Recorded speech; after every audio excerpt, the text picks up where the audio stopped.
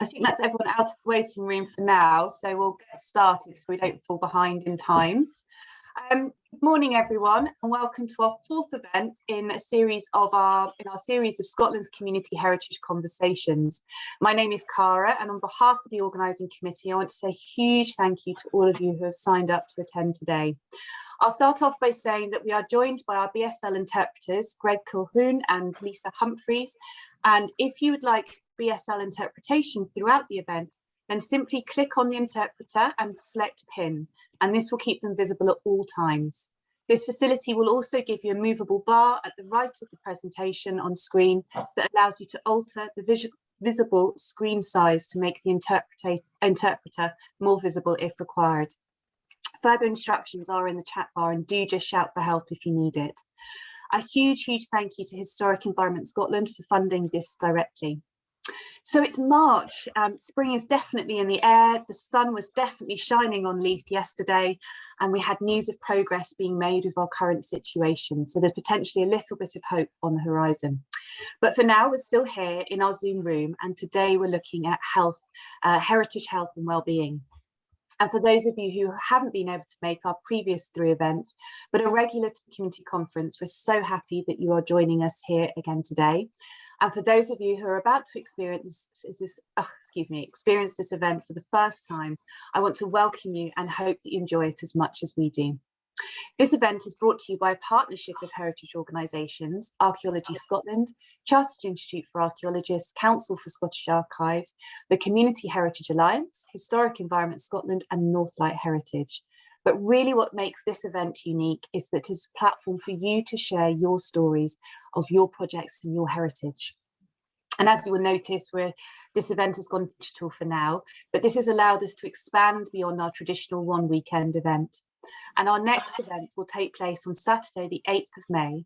And as it coincides with Local Community History Month, it will be centred around the theme of developing community engagement.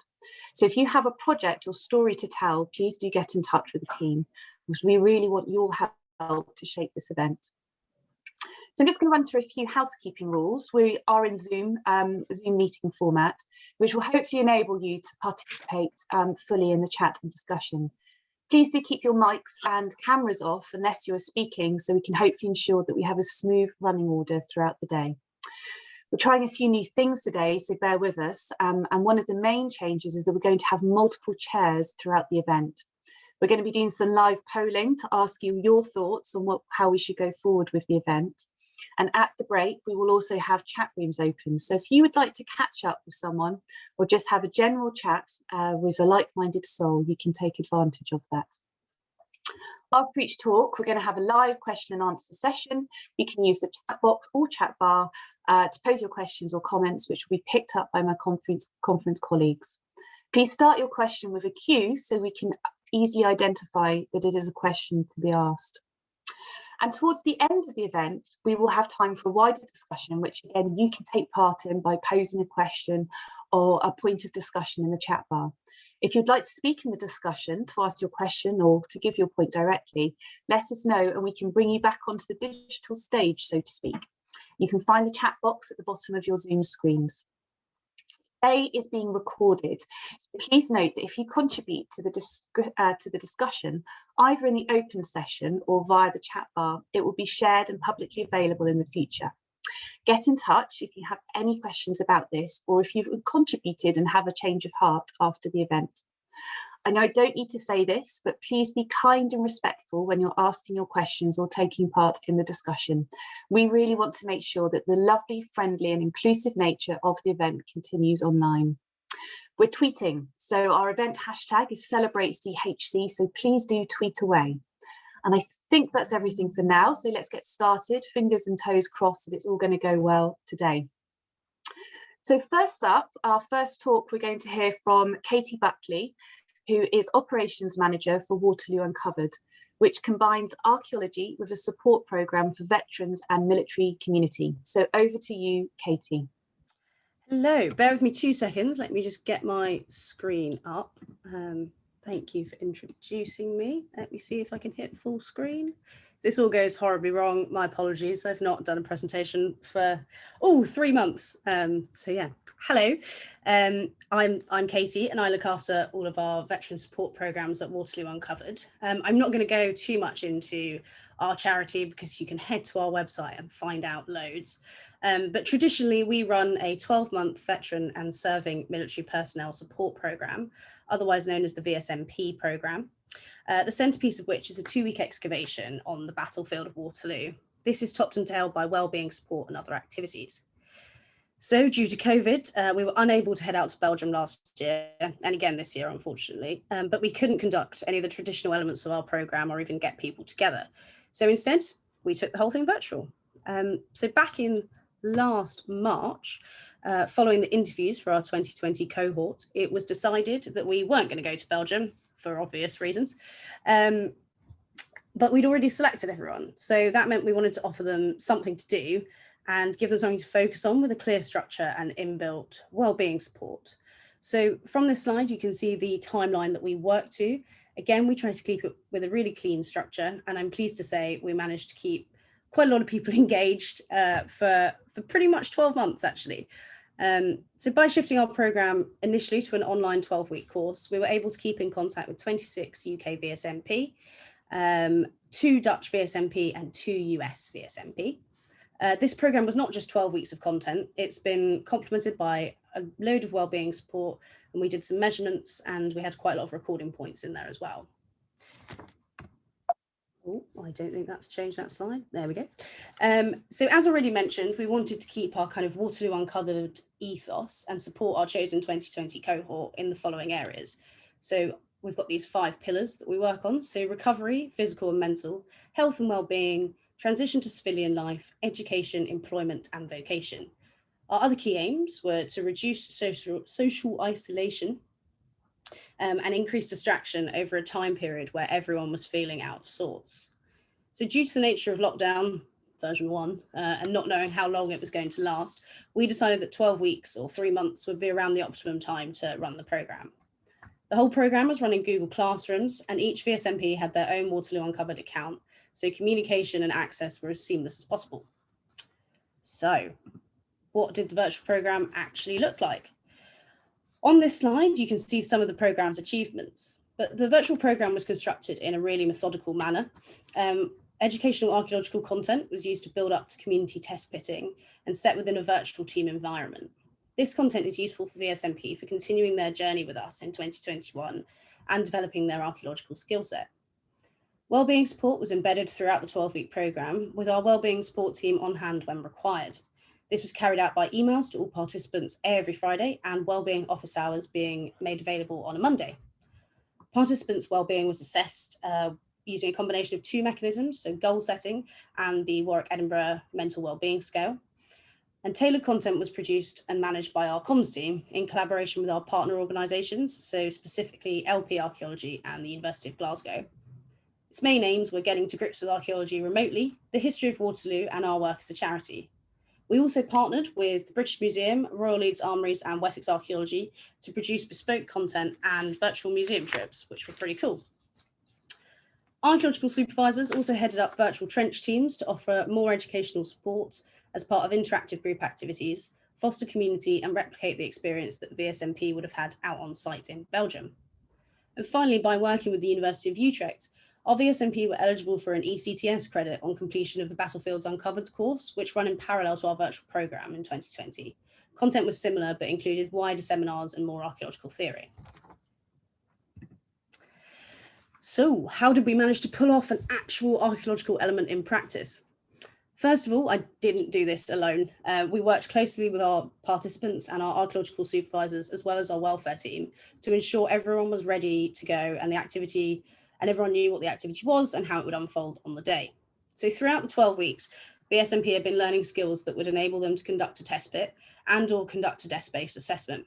These have been taught through a combination of lectures and interactive activities, including like database treasure hunts and so on and so forth. So although test pitting didn't signal the end of the 12-week programme, it was conducted in week 10, it did really feel like a centrepiece. It drew together the previous 10 weeks of content in a very practical sense. And this was the weekend that we should have been out in Belgium. So we knew everyone would be free. So ensuring that engagement was pretty key as well. Test pit packs were sent out to 2 households conducting the test pits. These arrived on the Thursday with kickoff on the Saturday. And then on the Thursday, we had a brief with our test pit volunteers. Prior to this, both sites have been researched by our education coordinator, correct permissions have been sought from county archaeologists, and we've done remote risk assessments, which were an experience for everyone. On the Friday, we'd had the usual VSMP hangout, which took place midday every other Friday. And in this instance, Friday's task was to watch a video on how to conduct a test pit created by our comms team. And we used the meeting to explain what people would be getting up to over the weekend and answer any questions. Although only 3 people were physically test pitting, give or take household bubbles, we wanted to ensure that everyone was engaged and learning throughout the day. So by using Google Classrooms and having clearly defined check-in points, we were able to stay in pretty constant communication with everyone. So we kind of achieved this quite well. Those who weren't test pitting were asked to contribute to desk-based assessment, which was being produced for each site. And there was a load of Google recording forms that they could submit things on. We had a selection of our site supervisors on hand throughout the day, and this ensured that every check-in point we could actually discuss what had been discovered and do some further research if required. So following a successful day of test pitting, with at least some finds, obviously a clay pipe, both trenches were backfilled with photo evidence, so no one fell into them. All recording forms were submitted, and then our education coordinator pulled together final desk-based assessment reports. So what did we learn? Well, an awful lot about putting together a programme. On this slide, you can see the kind of key headlines and what we'd like to carry forward. Fundamentally, what we wanted to achieve with this programme was to reduce social isolation and increase distraction. Test pitting and the 12 weeks of content we put together proved incredibly engaging for our VSMP audience and allowed us to reach these 2 aims for the majority of our participants. Oh, hold on, there we go. This year, we're running 3 programmes for our VSMP, as once again, we're unable to head out to Belgium. We're running our virtual excavation programme, which is similar to 2020, which will be kicking off in mid-April. An arts programme focusing on creative outputs and offering VSMP the chance to take part in a workshop and a residential weekend. And a finds programme. We're working with VSMP to produce 2 finds handling collections from our archive, and these collections are going to be built and put together by them. We're going to offer them a unique experience to gain insight into the Battle of Waterloo and develop their archaeological skills in a slightly different way. We're putting on a pop-up exhibition at the National Art Museum in hopefully January 2022 to showcase the outputs from these programmes as well. These are all taking a blended learning approach, and we're hoping to run in-person sessions from August onwards. Although once again, the majority of the content, particularly to begin with, will be online. All the programmes have 6-week content blocks, because if we thought we did 12, it was pretty full on. So 6-week content blocks, but they're all built into a 12-month structure. So at the moment, we're interviewing VSMP to take part, and we're shaping up to have at least 9 veterans or serving military personnel on each programme. We're once again collaborating internationally, and we're hoping to have at least 3 Dutch VSMP and 3 Germans taking part in our virtual excavation programme. All of these programmes have wellbeing support built in, and the VSMP are offered a goal-setting task run by our welfare staff so we can ensure that they get what they want out of a programme. These are all linked to the 5 pillars I mentioned earlier. And finally, we actually have a 4th programme taking place towards the end of the year, which is again run in collaboration with the University of Utrecht. We're offering all of our VSMP the chance to gain university credits and take part in a more academic style course to further their understanding of archaeology, the Battle of Waterloo, and wider heritage themes. So thank you very much for listening. If you have any further questions or want to be involved, please do get in touch. And finally, our impact report summing up all of our activities in 2020 is out soon. So if you'd like a copy, please email me and we'll get one over to you. That's it. Thank you.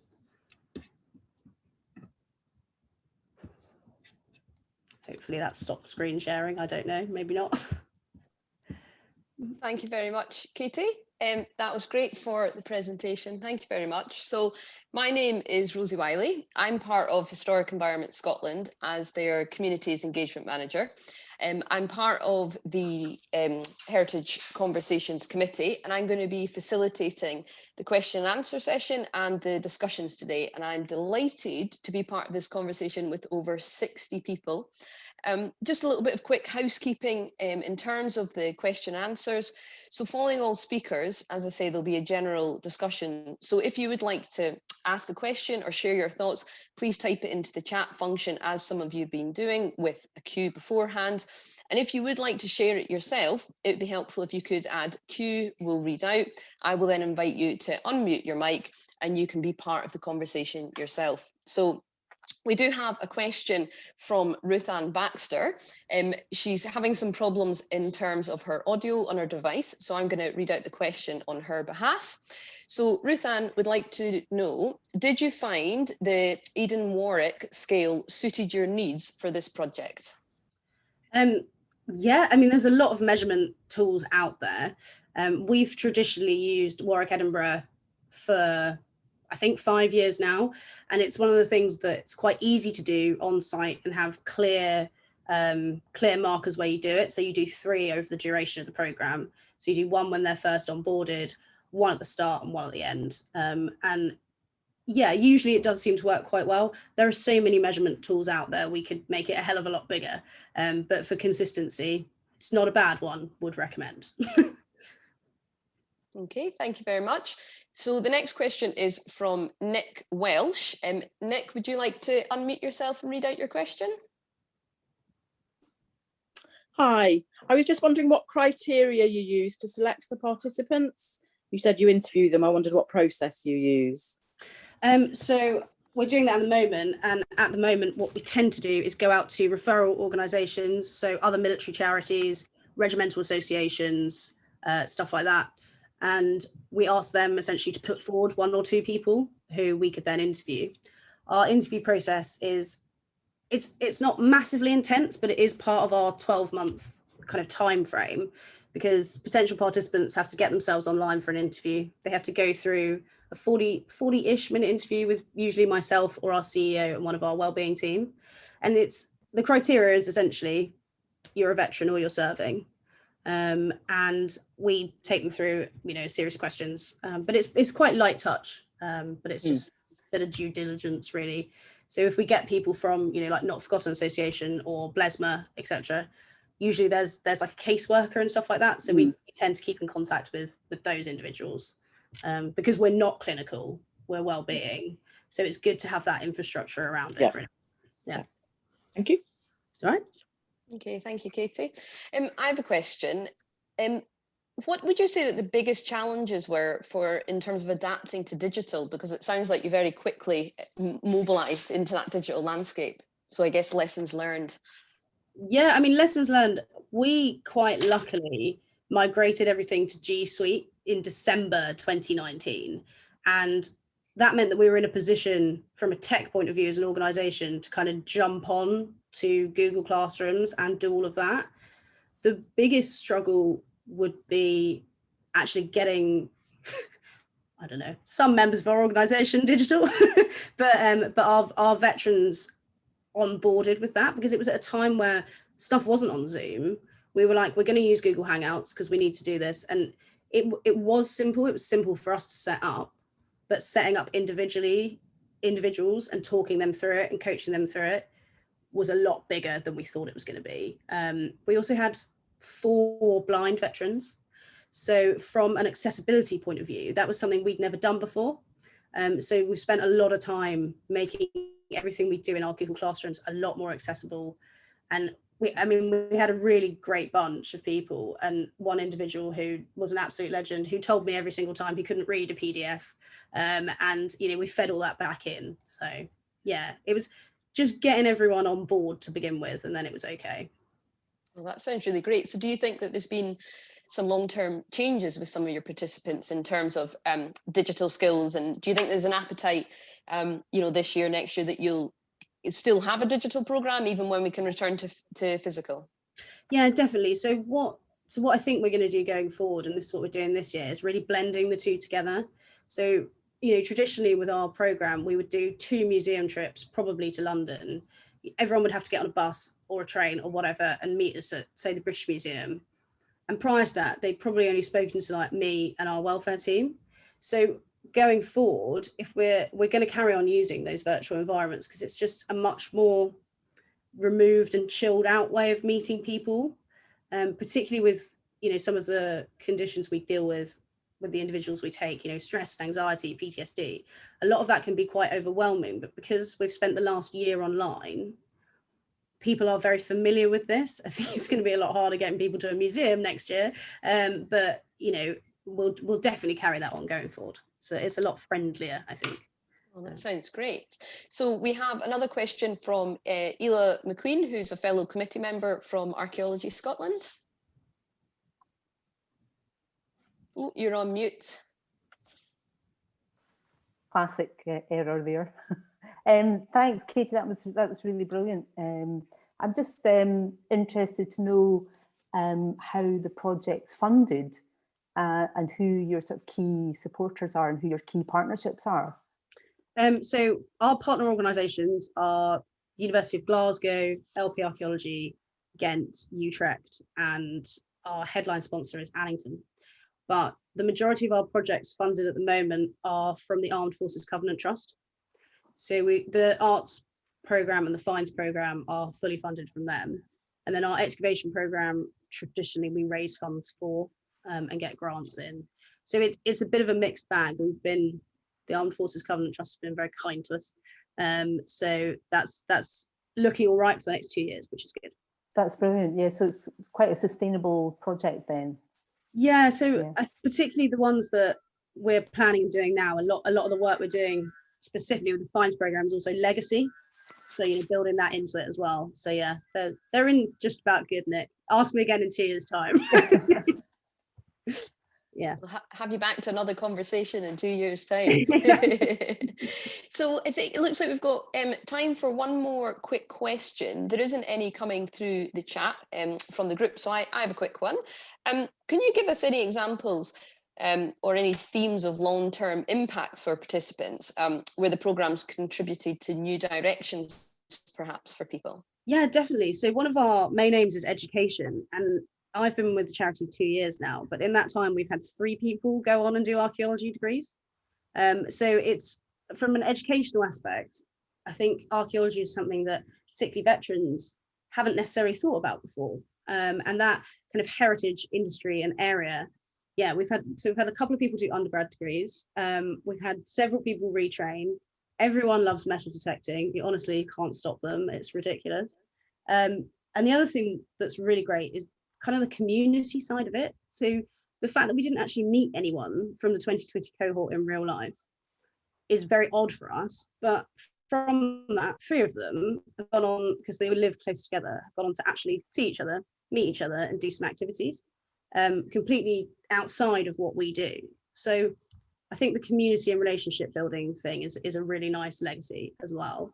But yeah, education, getting back into work and being friends with people, really. So yeah. Great, thank you very much. And thank you so much, Katie, for taking the time to come and share your projects. Lots for us to take away there and reflect on, so thank you very much. So I'm now going to pass over to Audrey Wilson, a fellow committee member, who's going to introduce our next speaker. Yeah, I am a community engagement officer at the Scottish Council and Archives, and we're part of this conversation. But I'm really delighted to introduce the next speaker, who's Joanna Young, who works at the Welllbeing Community Trust in Glasgow. It's a grassroots activist-based organisation. It's celebrating 20 years. Joanna is the Arts, Health and Wellbeing Development Officer at Welllbeing, and she's responsible for coordinating a programme to offer free arts, brain care and exercise classes and events for local people and beyond, as it says on the website. So more from Joanna, thanks. Great, thanks Audrey, and yeah, thanks everyone for having me here today. I'll just take a minute just to share my screen and get the presentation up, so just bear with me one moment. Hopefully you're seeing that. Is that everyone can see that? Hopefully. Great, so as Audrey said, I'm Joanna Young, and I'm working with Govan Hill Baths Community Trust, and it's a really exciting year for us at the moment, of that we're celebrating 20 years of occupation, which is the longest occupation of a building, public occupation of a building in British history. So it's a really exciting time for the organisation. I just wanted to sort of give an overview of what the Welllbeing kind of side of the Welllbeing side of what we do. So I'm kind of looking at our annual report from last year, but it will also include our COVID response. And as we go, I might give a few more updates. So I'll say about the key objectives of the Welllbeing programme. As Audrey said, we kind of work within Govan Hill, and for those of you who don't know, Govan Hill is the most diverse community in the UK outside of London. So we have over 54 languages spoken, and it's a really vibrant community with a lot to celebrate in terms of diversity, but it has also been really affected by social reform and austerity over the years. So there's a lot of need for the Welllbeing programme. Our key aims that we're trying to do is improve physical and mental health, provide creative outlets for skills development and enhancements, facilitate employment opportunities, and generate positive social networks, and improving community cohesion. Our key achievements from last year were that we had over 300 attending Welllbeing classes and events from April 2019 to February 2020. And that with those in the evaluations, the scores signalled an overall improvement in well-being of attendees. We had an increase in participation from the year before. And we began working with a number of different groups. These included Crosspoint, which is a peer-led mental health support group for adults, and Women on the Mend. And I'll talk about those groups a little bit more. We received funding from the NHS so that we could expand our wellbeing programme to include arts and health and social prescribing. And we developed our partnership working, and these really, partnerships that have been really important, especially over COVID, has been working with the health improvement team and with community link workers in the Govan Hill Doctors Surgery. We've also developed a lot of peer support systems for staff and volunteers and sessional workers that work with us, linking into bigger kind of peer staff wellbeing support for staff within any third sector organisation working in Govan Hill. And I think, the way that the wellbeing programme is really connected and run by the community and for the community enabled us to have a really speedy transition into the COVID response work that we did. And just throughout the pandemic, so far, we've had over 2,000 interactions with our Govan Hill Baths activities.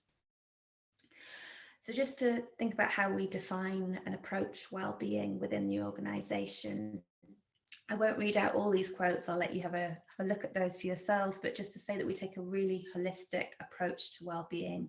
We're not seeing it as just the absence of disease or infirmity, or that you're feeling healthy. It's actually looking at the environment, the community, your general mental state, as well as physical health, all your social interactions. We take a really person-centered and a holistic approach to well-being. And maybe to say on that as well, that Govan Hill Baths started as an activist, grassroots activist organisation, and that approach has really stayed through the whole of the wellbeing programme and all of the work that we do, in that we're really championing positive social change.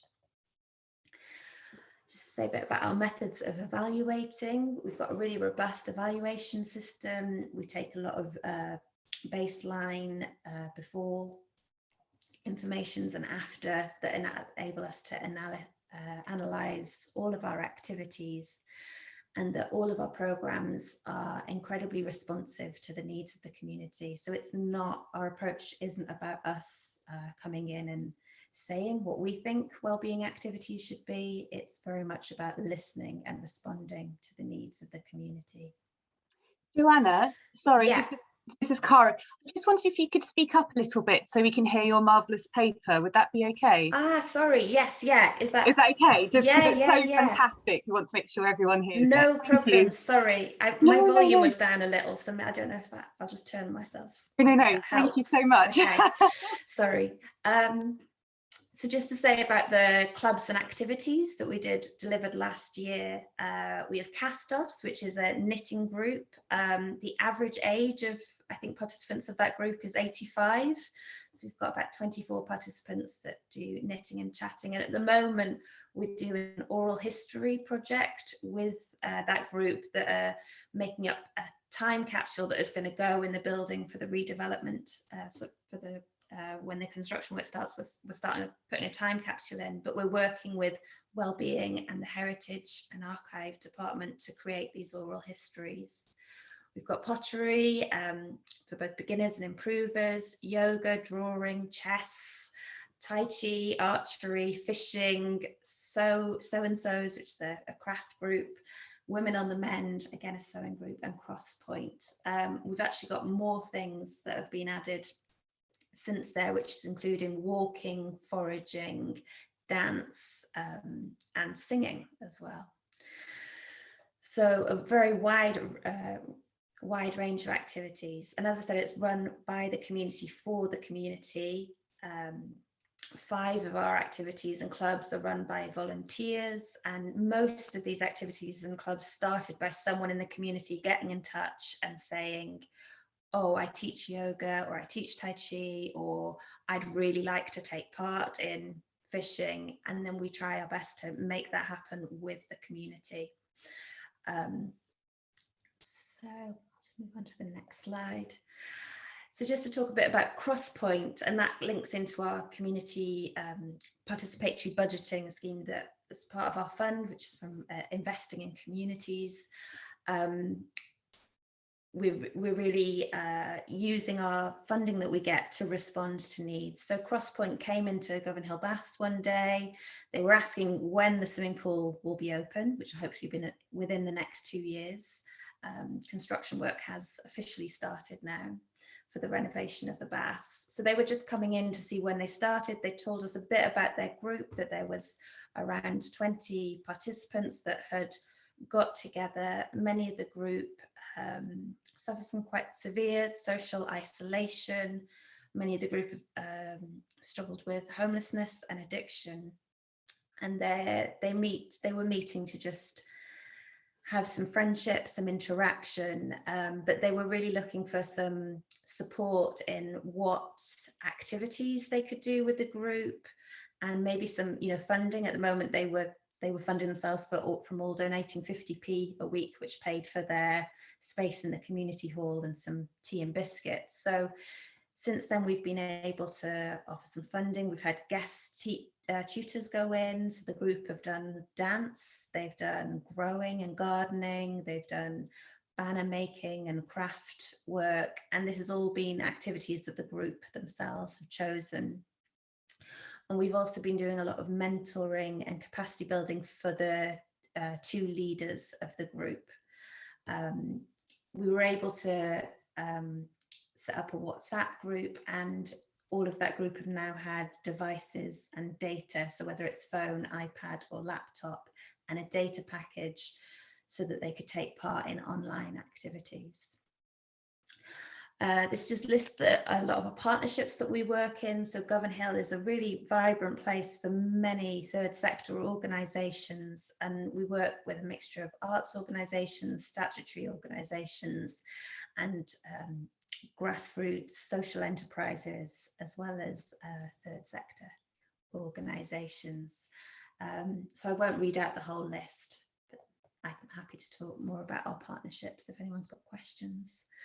As part of the COVID response, Thriving Places steering groups were set up, which Govan Hill Baths have been really involved in. So there's a mental health support group, communications group, food relief group, and an arts group. Through the communication group, that's how we've been able to get out a lot of devices and data. to many participants who've needed it. And we're also sitting on a variety of steering bodies. So I won't read out the whole of this, but I'm happy to send it to anyone who's needed. But basically, we're showing that over the year, there was a big improvement in people's well-being from attending the activities. There was an increase in LGBTQI participants, and that more participants have been filling out our equality and diversity forms.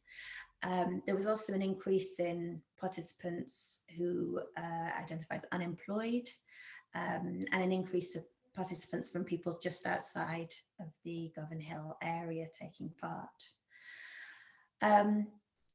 So this is one of the conclusions that was drawn from last year's annual report, that people were finding a positive effect in their well-being. And just to talk, there's just a few more slides left about how speedy we were able to make this COVID-19 pandemic. So a lot of the participants that we work with in the Wellbeing programme aren't currently working, are receiving benefits and not in education. We're working with, some identifies some of the most vulnerable groups within the community who have been severely affected by the pandemic. So we kept in contact with all of our wellbeing participants, and whether that was online or through phone conversations, or sometimes we managed to keep the office open at times when restrictions allowed, so people could knock on the door if some help or signposting was needed. We did a lot of wellbeing packs, which included arts and crafts activities, as well as gardening activities. A wide variety of different packs that were sent out, and these were especially for people who didn't have devices or data to take part in online activities. And we also provided vouchers for those most in need, where people could spend it on food vouchers or data or essentials. And I think, as I said, one participant described this as a lifeline during lockdown, and we had some really moving and fantastic feedback from the responses. So our mission statement for the COVID was that we wanted to continue to engage with our groups and to really overcome access barriers when the world moved online. So it was first, providing activities that could be done, not offline. So we mentioned the packs, and we also had a wellbeing postcard project. And then we also worked to then get funding so that we could get out devices and data. We ran a lot of then online classes, so a lot of the wellbeing programme moved online. We worked really closely with the NHS Health Improvement Team and Govan Hill Doctor Surgery, so that we really recognised our limit and boundaries as a wellbeing organisation, but that we were able to get support from the NHS when we needed, and when we needed to signpost people. And we were really actively looking at how people in the community could come together. So for when there were those breaks within lockdown, how people could come together in a safe way and be back again, meet back again. It was a very intense time through this year of pandemic, with over 2,197 interactions. And this is just a glimpse of the types of activities that we were doing. So packs, capacity building and mentoring for members of the community, some food relief, working with various partners and organisations, doing wellbeing classes, and having kind of performances or events on Facebook Live or other platforms. So what's next? As I said, we're just starting the capital build, a 6.5 million capital project to refurbish the Edwardian baths. It's a really exciting and pivotal moment for the wellbeing programme as we prepare of how we're going to transition from being spread around the community. We work in different locations at Govan Hill with our activities when we meet in person. Obviously, a lot of it is remote working now, but how are we going to transition into the building? We'd like to continue to deliver on the positive social change in the area. develop capacity and sustainability for various strands of the projects, and to try and move away from grant funding into more self-generated income streams. Increase and improve the local and internal partnership delivery, which includes working on our social prescribing project through the NHS Endowment Fund.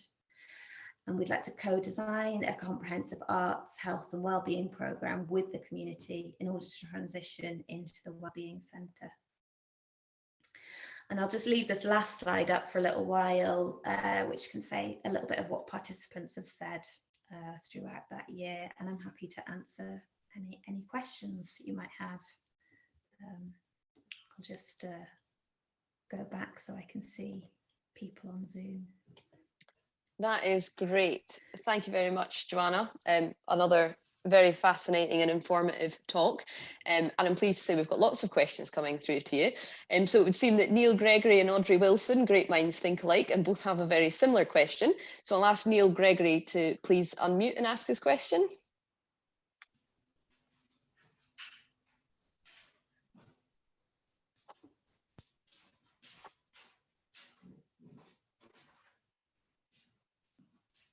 Oh, you there, Neil?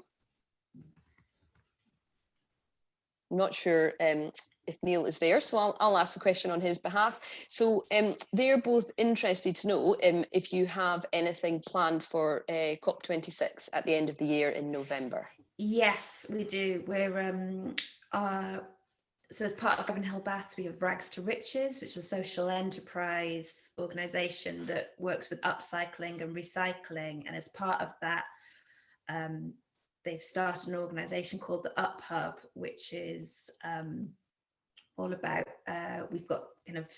we're working with recycled plastic, wood and textiles and electrical devices. So they kind of are leading on our COP26 funding applications, and I think we're also might be partnering with the Tramway, which is an arts organisation in the south side of Glasgow, to do that. I'm not leading on those ones, so I don't have the exact details, but some exciting projects are being thought up as we speak with those organisations and the community that works with them. Great, thank you. I'm sure we'll look forward to seeing more on that as the year progresses. And so I have a question from Tina. I'm going to read it out. It seems you've managed to pull together a large and varied partnership in terms of the groups that you work with. How do you manage to do this so successfully? Yeah, I guess the Gavin Hill Baths, the trust it's been going since the beginning of the occupation. They set up the trust quite soon after, so it's coming up to 20 years now. And like I say, it's very much run by the community as well as for the community. So I've only been in post just coming up, not even a year and a half yet, just under a year and a half. So when I came into post, there were so many partnerships already set up. And yeah, I guess I'm just sort of thinking of, it's not that people are coming in from outside to deliver community development work or to deliver wellbeing classes and events. It's very much working with the skills and expertise that are in the community already, having a real grassroots approach, and then I guess community asset-based approach to community development. That really, I guess it ensures that partnership working has been in place from the very beginning. So it's not about necessarily setting up new things all the time. It's very much working with what's already there. I don't know if that makes sense. No, that's great, thank you. And I think, this topic is a conversation topic in its own right. We could spend a whole session discussing this, and there will of course be time later on after all the speakers. So we've got time for one more quick question. Well, actually no, it's 10:45. So I think what we do is Vicky, we save your question to the discussion, and also Mary Morrison, Audrey Wilson and Jim Robertson. If you could save your questions until the discussion after the speakers, and we'll come back to them then. So sorry, Rosie, can I just yep. say one tiny thing? I was supposed to mention it at the end with the what's next. It's really exciting news that we've just been awarded nearly just under $250,000 from Creative Scotland to develop an arts and health programme. So that's a really exciting of the what's next. It's called the Creative Culture Fund that we've been awarded. Well, that does sound great. Just to announce that as well. Thank you very much. Thank you. Okay, so we're going to move on to the next speaker now. So I'm going to introduce once again Ela McQueen from Archaeology Scotland, who again, as I say, is a fellow committee member, and she's going to introduce our next speaker. Thank you. So we've been trying to innovate and try out new practices to use archaeology to help people living with dementia to connect with their local heritage. And our learning officer, Jane Miller, and our trainee, Fernanda Acosta Ballesteros, they've adopted a new object handling model focusing on new learning techniques, which has been demonstrated to improve not only the lives of people living with dementia, but also people around them. I'll hand over now to Jane and Fernanda to talk about the multisensory online workshops that we're trying out our new artefact investigation kits and getting some feedback from those participants. Thanks, Jane. Thank you, Ela. Thanks. I'll just share my screen.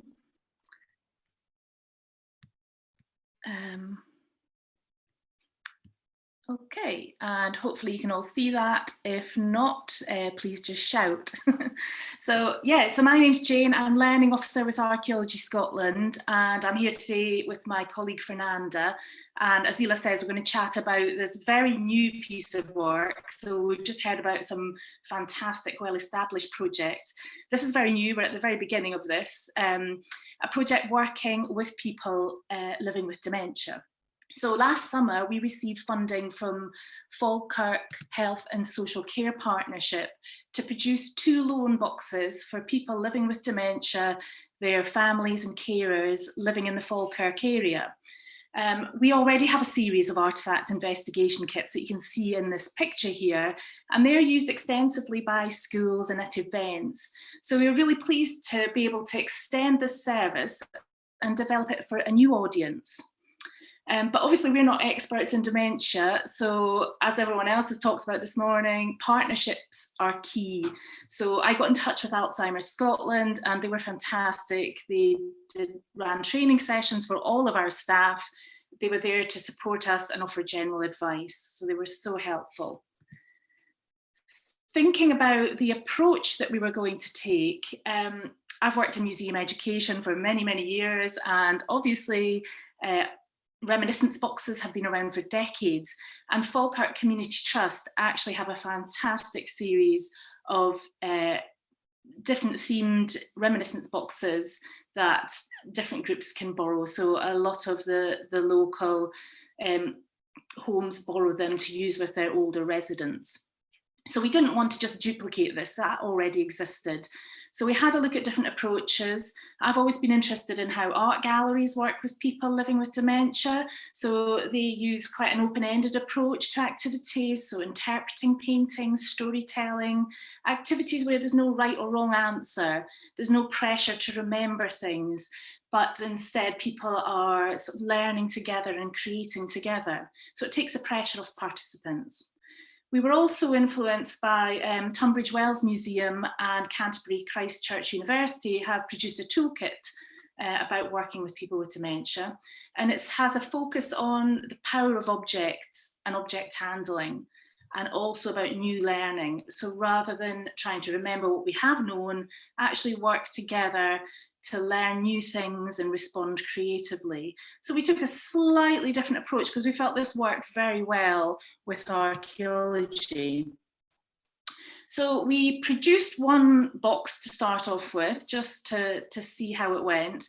And the box had a mixture of objects in it. So it was a mix of original artifacts, mainly everyday objects, and some replicas of some really iconic objects from Scotland's past, so quite a mixture. Now, we had to then think about how do we trial a new resource during a pandemic? How do we co-create with people living with dementia during a pandemic when they're such a vulnerable group? And this is where our partnership working with Alzheimer's Scotland was key. So they put us in touch with local groups. So these were groups who were already running regular online workshops for people living with dementia, their families and carers. But I was still conscious that we still did this kind of the wrong way around. We produced a kit first and then we trialled it with the audience group, but we couldn't really find a way around that at this stage, although we are still working on it. So with these online workshops, we really wanted them to be a hands-on, multisensory experience.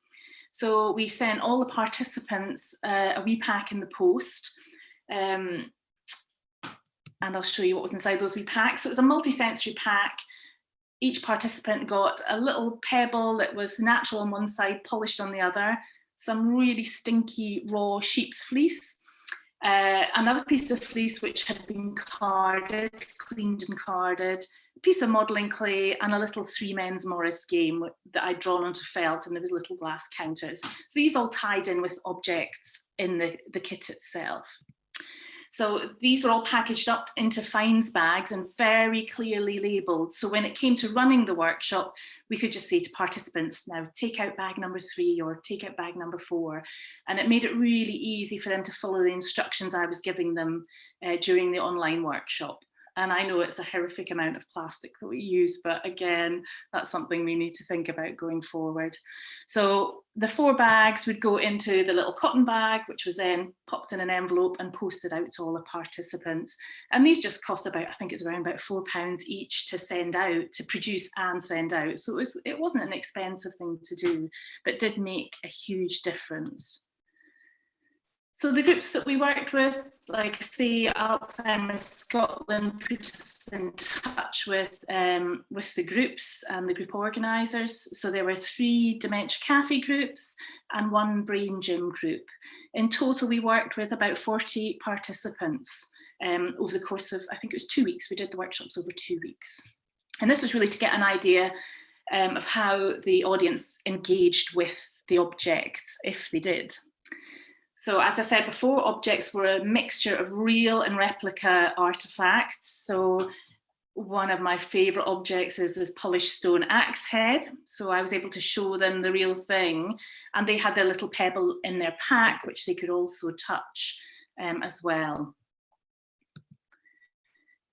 And then the other objects we had were replicas of iconic objects. So we had a close look at the Queen from the Lewis chess pieces, and thought about the expression on her face, or the expression on all the pieces' faces. What were they telling us?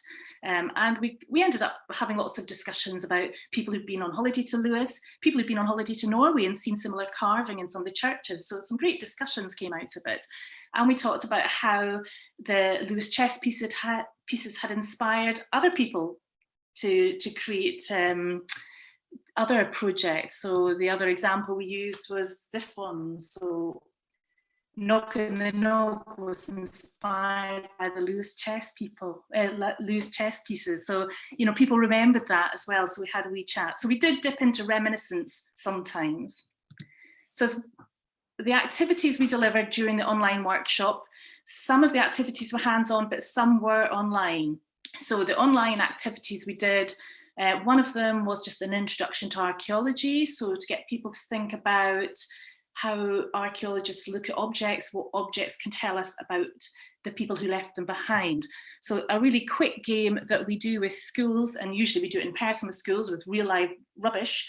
We do the rubbish game to think about what objects tell us about the people who discarded those objects. So they had the delight of going through my rubbish bin from last February. So this is pre-pandemic rubbish. And then we looked at my rubbish in November, which is when we ran the workshops. And so this is my COVID rubbish. And then we had looked at the 2 and compared them and discussed what's changed. What do these objects tell them about me and my lifestyle? What do they tell them about what's going in the wider world just now? So a little bit of information about sort of how we use objects as archaeologists. And then, of course, we had our hands-on activities. We had quite a few of those. One of those was inspired by the Stenhouse pottery, which is in the Falkirk area, produced in Stenhousemuir. And the pots have these lovely little faces on them. And Falkirk Community Trust have produced a lovely little video, which is like a gallery of all these faces. So we thought this was lovely. So what we decided to do is within the packs, there was a little bit of modelling clay. And so we gave everybody their bit of modelling clay, and then we gave them 2 minutes to make their face, and everybody got involved. And we even had some music to inspire them as well.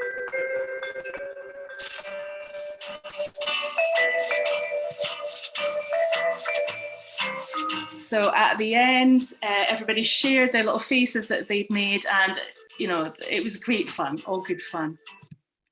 So the feedback was really interesting, and it was really nice. We haven't fully evaluated this because it's ongoing, but the initial feedback was lovely, and what the participants and the group organisers all said was that it was very inclusive. So everybody felt included because they had their little packs, they could actually get involved, and that was a really nice side to it. The next steps, they have asked us to deliver monthly archaeology workshops as part of a new group they've set up. So we're going to look at a different site around the Falkirk area each time. It'll be a site that our Archaeology Scotland archaeologists have worked on in the past. So we're looking at round about Rosebank Distillery, the Pineapple near Earth, and we'll chat about the archaeology of food, drink, gardening, subjects everyone can relate to. And hopefully, maybe in late summer, we might even get a picnic at the Pineapple. So what I'm going to do now is I'm going to pass over to my colleague Fernanda, who is going to share her thoughts on the project. If I can stop sharing my screen. Hi everyone, and thank you so much, Jane. Well, yeah, I'm a trainee in Archaeology Scotland. Jane invited me to participate in this project and to come here today to share some of my thoughts about the project. So my role was mainly to do some background research and to come up with ideas and connections that we could use for the workshops and for the activities. And I also got the incredible opportunity to go to one of the sessions and see how people were interacting with the kids, and as well how they were receiving the project overall. And I guess for me, the main thing is it was just really incredible to see how archaeology could have such a strong impact in their well-being and in their learning overall. I'm a very recent graduate. I only graduated in 2020. So before my current position as a trainee, I had only done very academic activities and, you know, just roles that maybe didn't give me that experience to get hands-on the project. So to translate all of these abstract ideas and all of this knowledge into an actual project was just really incredible. And I think for this specific one, it was just incredible in highlighting how you can work with different audiences, you know, using creative approaches for the benefit of the community. And another thing, I guess, as well is, well, as Jane was saying, we mainly wanted to focus on new learning. And it just became very evident that reminiscence was going to be an inevitable part of it. And to see the way that people were reminiscing, not necessarily with, you know, a very specific recount of past events, but more with like expressions or with the excitement that they were showing, that was just so fulfilling. So yeah, I'm just very honored to be part of it. And I'm really looking forward to the next steps of the project. Thank you so much.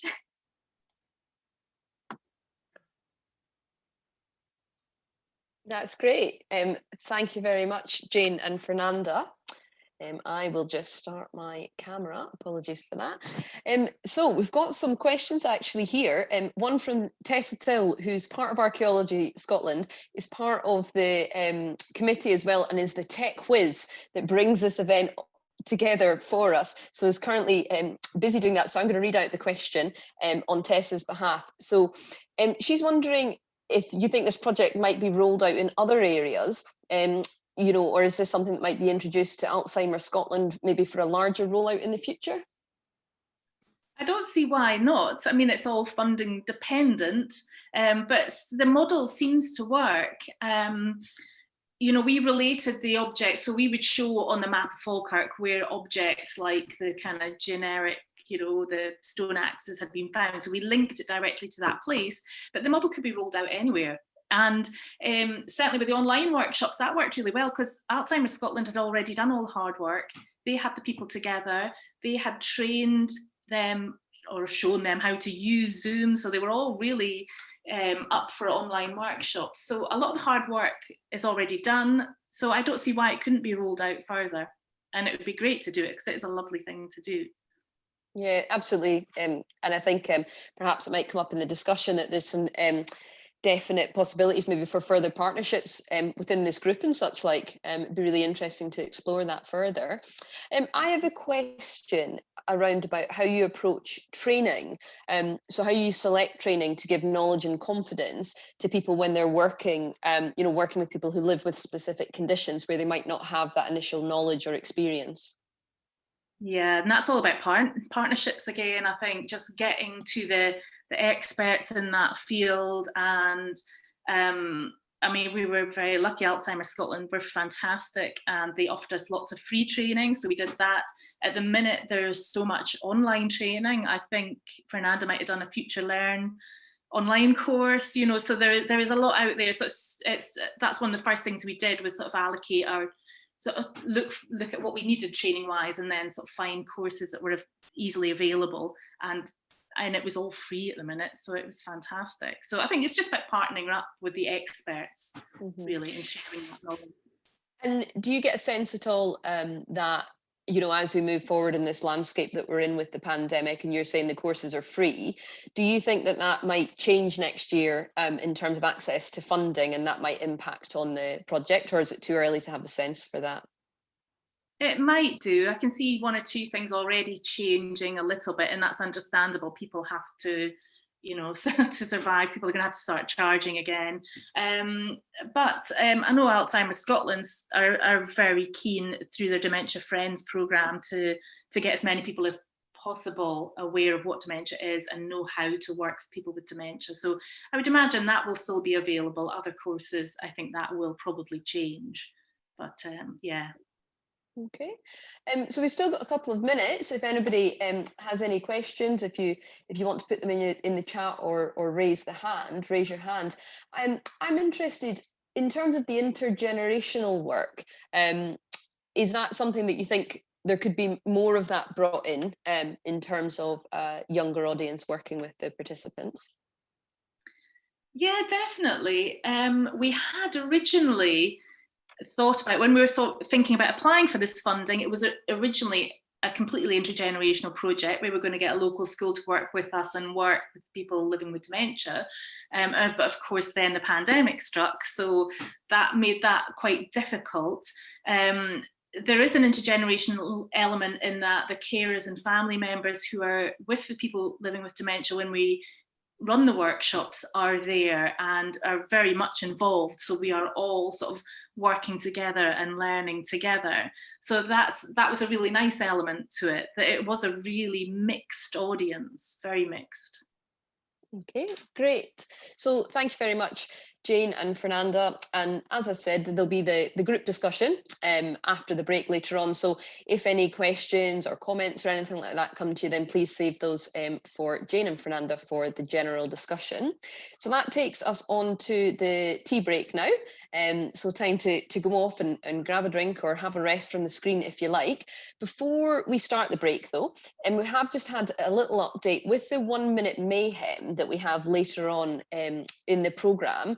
So the speakers actually, they've just had a clash unfortunately and aren't going to be able to attend for the 1 minute mayhem. Now for anyone that's not aware of it, it's 1 minute to just share, celebrate, talk about anything that you like related to this conversation, another conversation, tell us anything about your heritage or anything you're doing. So if anybody fancies just coming on, you don't need a slide or anything. It doesn't even have to be a minute. If there's just anything that you'd like to share with anyone, maybe it's a suggestion for a future conversation or a speaker or a project, anything like that. If you could just send a message in the chat to either myself or Cara Jones or Eve Boyle, and then we'll sort that out as the programme carries on. So time for the break. Now, if you joined us in the last session in February, you'll have been part of the breakout rooms that we have for the coffee break, and it's really just a chance to come together, have a chat, and if this was a real conference, we'd be milling around with our coffee and chatting to different people. So the idea is that you can just dip in and out of these chat rooms as you please, and meet some fellow participants. So shortly, those chat rooms, they'll pop up along the bottom bar of your screen, and you can just click on a number, it'll take you in, and then you can just interlink between all the different chat rooms as you please. And then as we're coming to an end, there'll be a 60-second warning, and then we'll come back into the main room. So the tea break will finish at 11:20. So if people could be back and ready to start again at 11:20. So I'll either see you in a chat room or see you at 11:20. Thank you.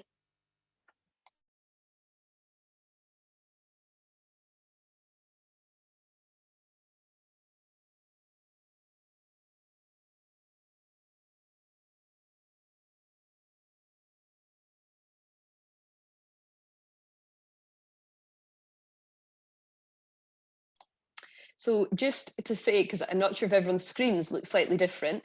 So for me, I need to just click on the 3 little dots that say more along the bottom of my screen. And when you click on those, it comes up with enter breakout rooms, and then it'll give you the different numbers. So you can just click on more, or else the breakout rooms will be visible on your screen. Thank you.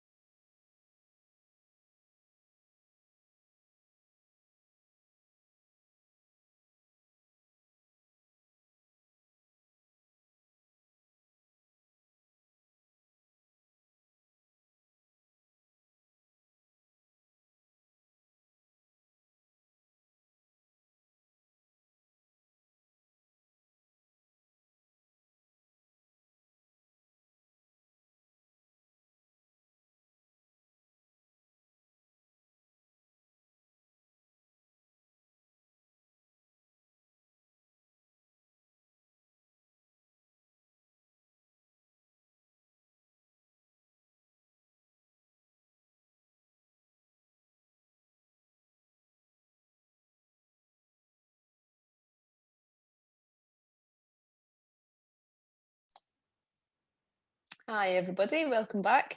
Hope you've had a nice tea break. So the breakout rooms are open for another 30 seconds. I feel like we could all do some big group countdown, but I won't put you all through that on screen together. So once everybody's returned from the breakout rooms, I'm going to pass over to Audrey Wilson. And Audrey is going to introduce our polls. If you were with us in February, you'll remember that we use these digital polls as a way of getting some quick feedback on the event instead of sending out another longer evaluation questionnaire. We are going to bring the longer evaluation questionnaires back, but we thought because these events are every month, we wanted to just have a break from those and try something different. So I'll pass over to Audrey Wilson.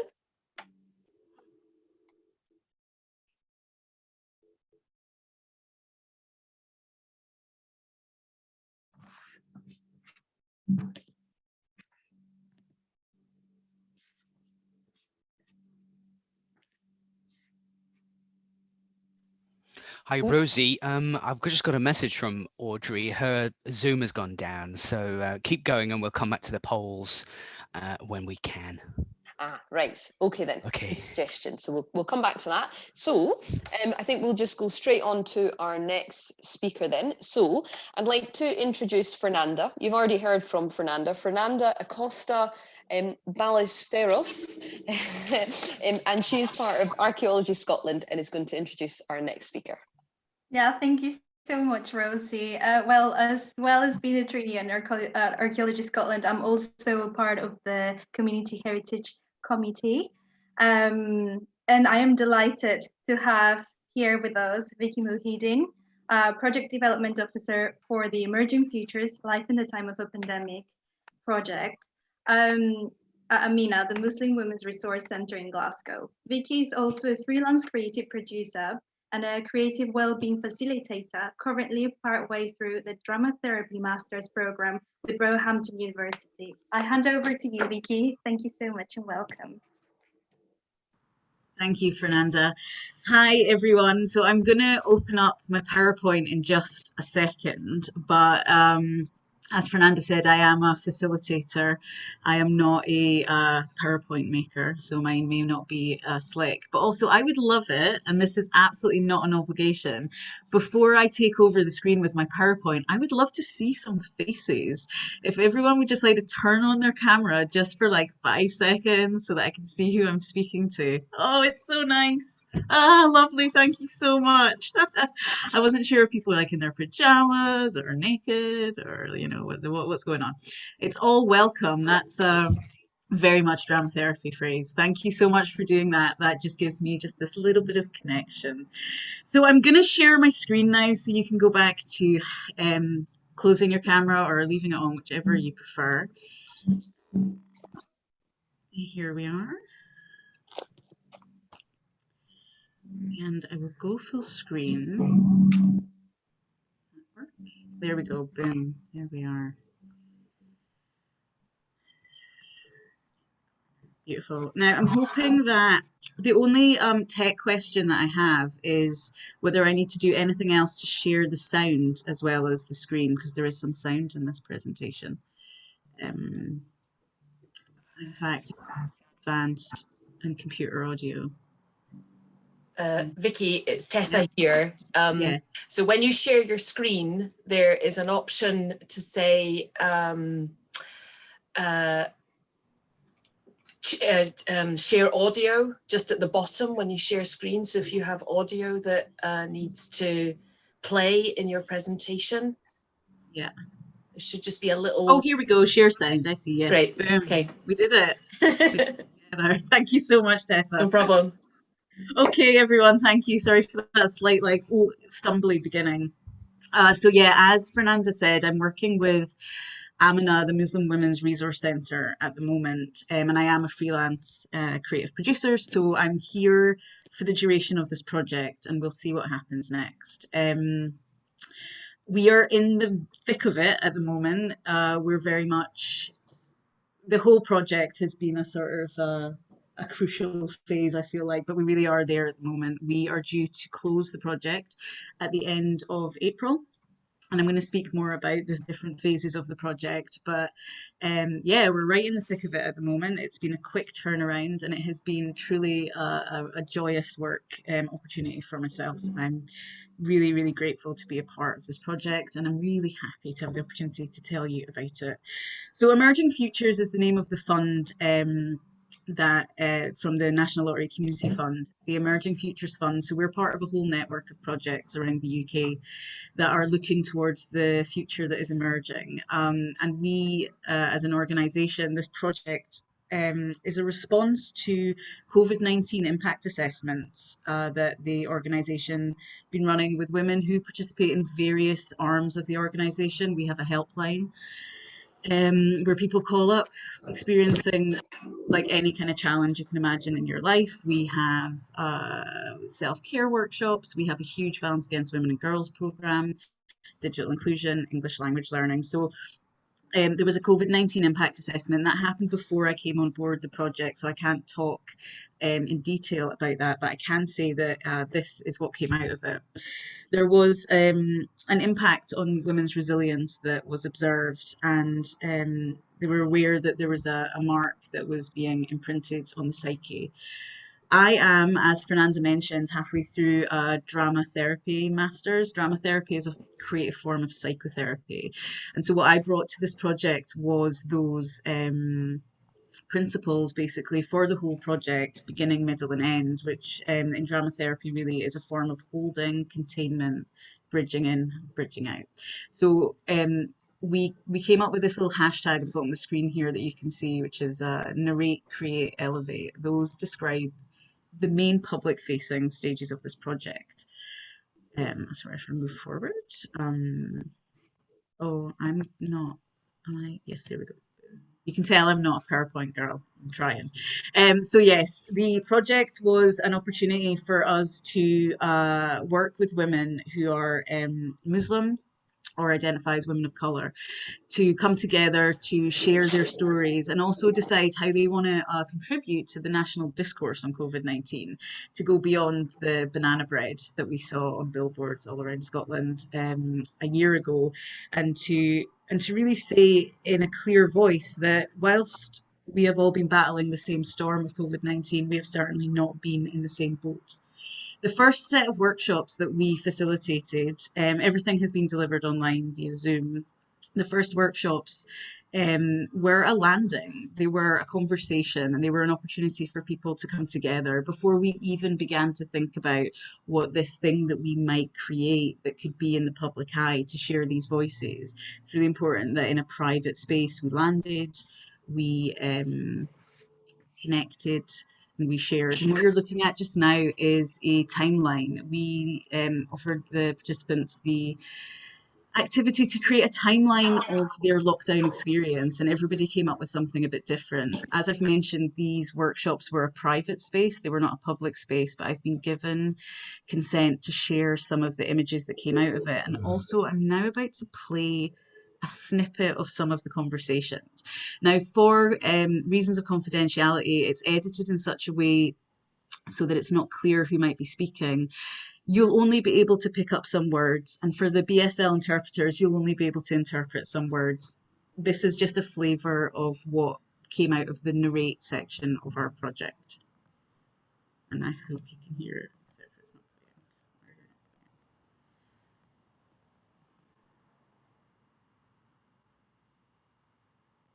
When I start second lockdown, I'm tired. I am very bad. The first lockdown was kind of hard. My friend, my different culture, I my used different. my phone a lot of It was because really stressful for me. Everything was like stagnant and you couldn't move. During the lockdown, there's a lot of fear, on the you Zoom, know, associated with all the My news and family, all my family have Trying to deal coronavirus. with things giving me sensibly. anxiety and a lot I'm of people have scared. I realized that my son, he's autistic, First, you go 5.5 to wash years. your hands. oh, don't take the vaccine, oh, take the vaccine. This is the first group of people I've actually had contact with for over 3.5 weeks. I'm just all over the place. I'm actually going to be facilitating this workshop as part of the UNESCO Refugee Integration Language in the Arts Spring Festival that's happening in May, which I can share the link to in the chat. From this, it was a difficult one to explain sort of to some of the participants and also to some of our staff members. There was no outcome for this other than the opportunity for people to connect and to start playing on Zoom and to think about where they've been. The fund was very keen for us to talk about the future, but to talk about the future, you've got to be present and ground. And so that was really a huge part of the project, a whole month, and 11 online Zoom workshops were to land really in this project. I should mention now that we did end up attracting many more women than we expected, and we had about 120 participants who came to the workshops overall, which was unexpected, but we rolled with it. Our next phase of our project was Create. The ladies were offered the opportunity to choose a workshop, either filmmaking, poetry, or postcard crafts making, with a variety of professional community artists from the community. When I say from the community, there's certain language we use in this sector, the community being not white, basically, and being female artists. Most of the women who took part in this project had never been to an art workshop. Many of the women who were in this project had arrived in the UK as asylum seekers at the beginning of 2020. So this was like, whoa, what are we doing? And I have a lovely clip of some feedback that we got at the end of one of the first workshop, one of the the poetry work. I was a little bit nervous at the beginning, but I'm very excited just now, overwhelmed that I can actually maybe put some words together and write about my feelings, expressions. So yeah, I'm really happy that I'm doing this, and it wasn't what I was expecting. Well-being, self-care, reflecting on yourself was built into every aspect of this project, including the artists that we worked with. They led meditations throughout the sessions, and they reflected on many of the women we work with are carers in some capacity, whether they're mothers, whether they've got older relatives living with them, or carers just in the general sense. And introducing this concept of self-care, doing something for yourself, doing something frivolous, was a slog. It's a journey, and it didn't go like this. I was a little bit nervous. There we go. The next workshops that we did, we sent a pack of blank postcards that were addressed and stamped with our Glasgow office on them. We shared poems that people had made throughout lockdown, established poets, and we invited the women to express themselves on these postcards and send them back, beginning to introduce the idea of a message to the future, to their future selves, and also to the wider community. And these are some of the postcards that we received.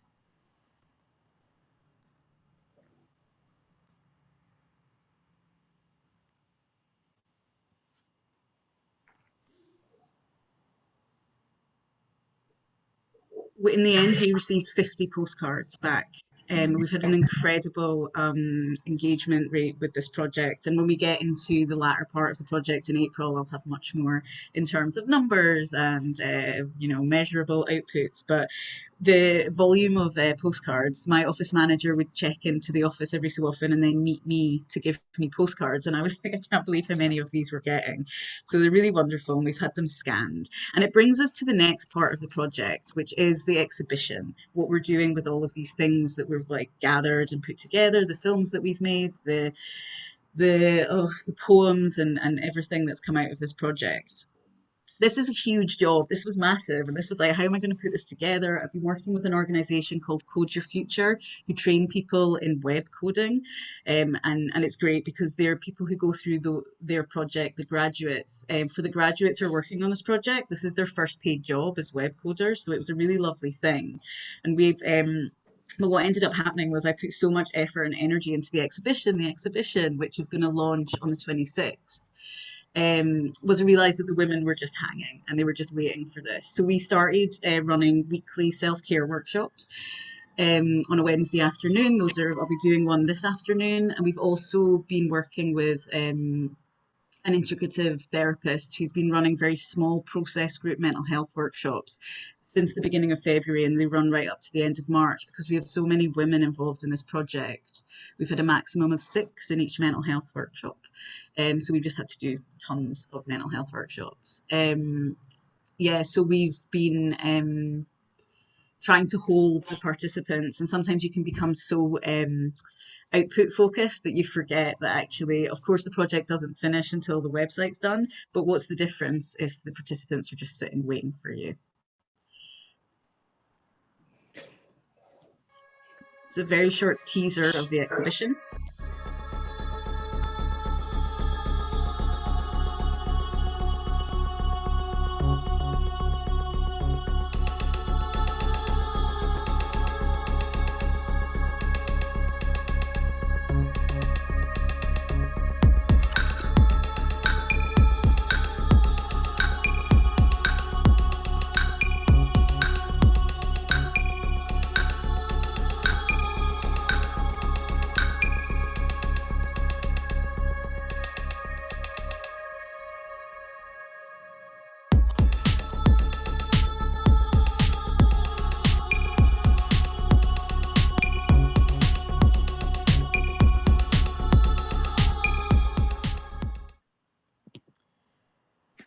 So as you will have noticed in that final slide, we had a huge amount of partner organisations who are forming virtual touring partners. They're virtual venues. The exhibition is a website. Hopefully it'll be a little bit interactive. There'll be some opportunities to get in and click different things and be slightly immersed as much as we can with a website. But it was always part of this project that we wanted to elevate the voices that we were working with. Amina has got a long history of working with art and creativity and theatre and all sorts of different forms, but this project was very much about saying people are hurt, people are isolated, people are suffering. Let's hold that. Let's use art as a form of therapy, but also let's elevate these voices and bring them out. And so this is where we're really keen to engage mainstream organisations, ones that are not with a certain community or niche or area or ethnic group. And we, I have to say, have just been lucky that everything has been cancelled. So all these organisations that we're working with, these national arts organisations in Scotland, do not have an awful lot on their programme at the moment. So the relatively quick turnaround would usually have precluded us from getting in anywhere, but we were able to do that. So all of the organisations, the Tramway and the CCA in Glasgow, the Traverse Theatre in Edinburgh, Anne Lantier, and Stornoway, Mac Arts and the Borders, Dundee Contemporary Arts and Aberdeen Arts Centre are all going to be sharing out the exhibition when it launches to their communities, and hopefully this will be seen far and wide. The exhibition will be live for a year, which I'm really excited about. But this postcard that I've chosen to close with says a brighter future, God willing, and it really does bring us to the future.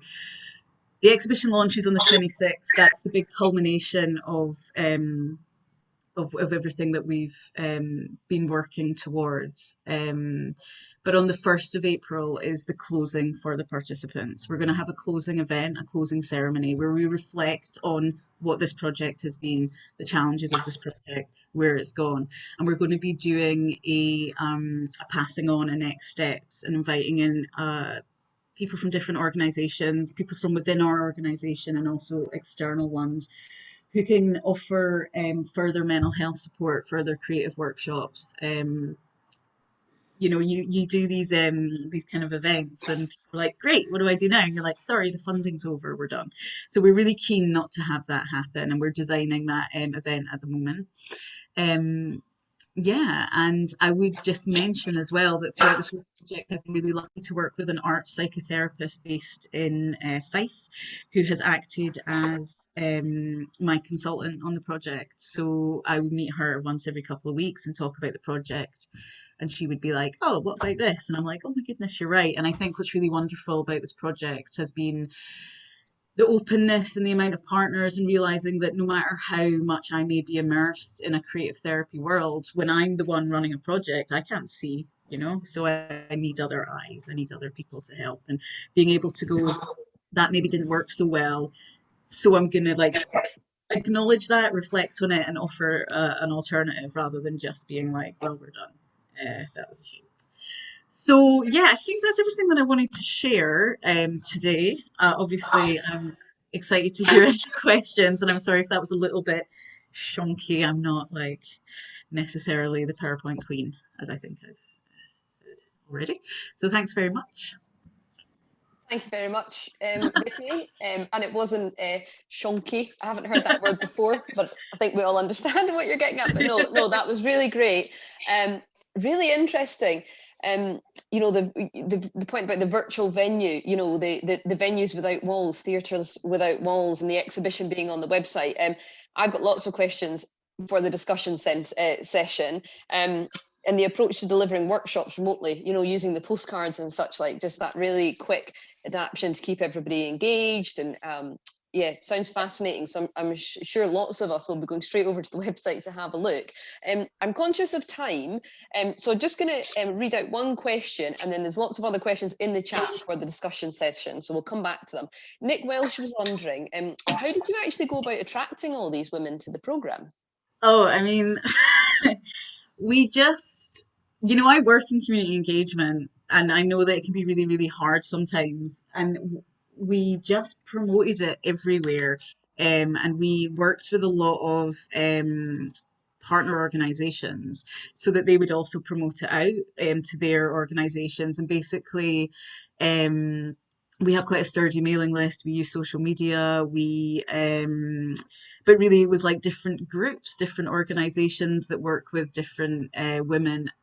But what ended up happening was very quickly we saw that people were really engaging. One of the things that we did with this project, the project was conceived to be run in person. It was reflecting on lockdown, not anticipating the second wave. And so the budget was built for in-person work, which meant that we, like you say, we adapted it. So our venue hire went into web design, and very early on, I decided that our travel expenses that we would give people, or childcare that we often give people when we do work in person, that we would just give that to the participants as vouchers.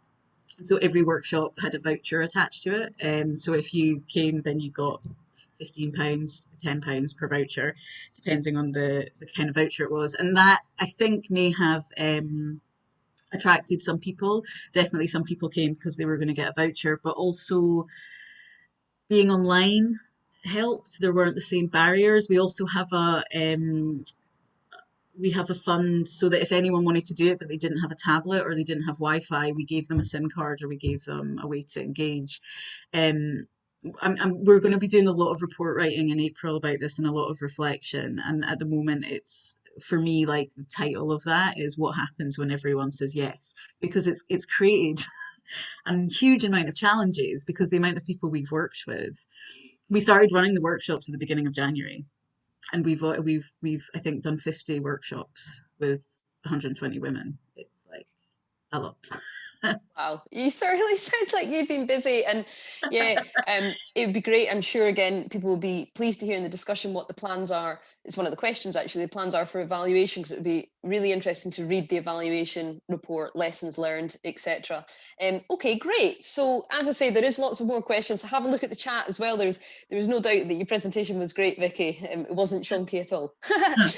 So I'm going to pass over to Eve Boyle now. Before I do, though, I just want to remind people that if you're on social media at the same time as on this screen, join in the conversation on Twitter using our hashtag #CelebrateCHC. So there's lots of activity happening over on Twitter. So I'll pass over to Eve Boyle, a fellow committee member, to introduce our next speaker.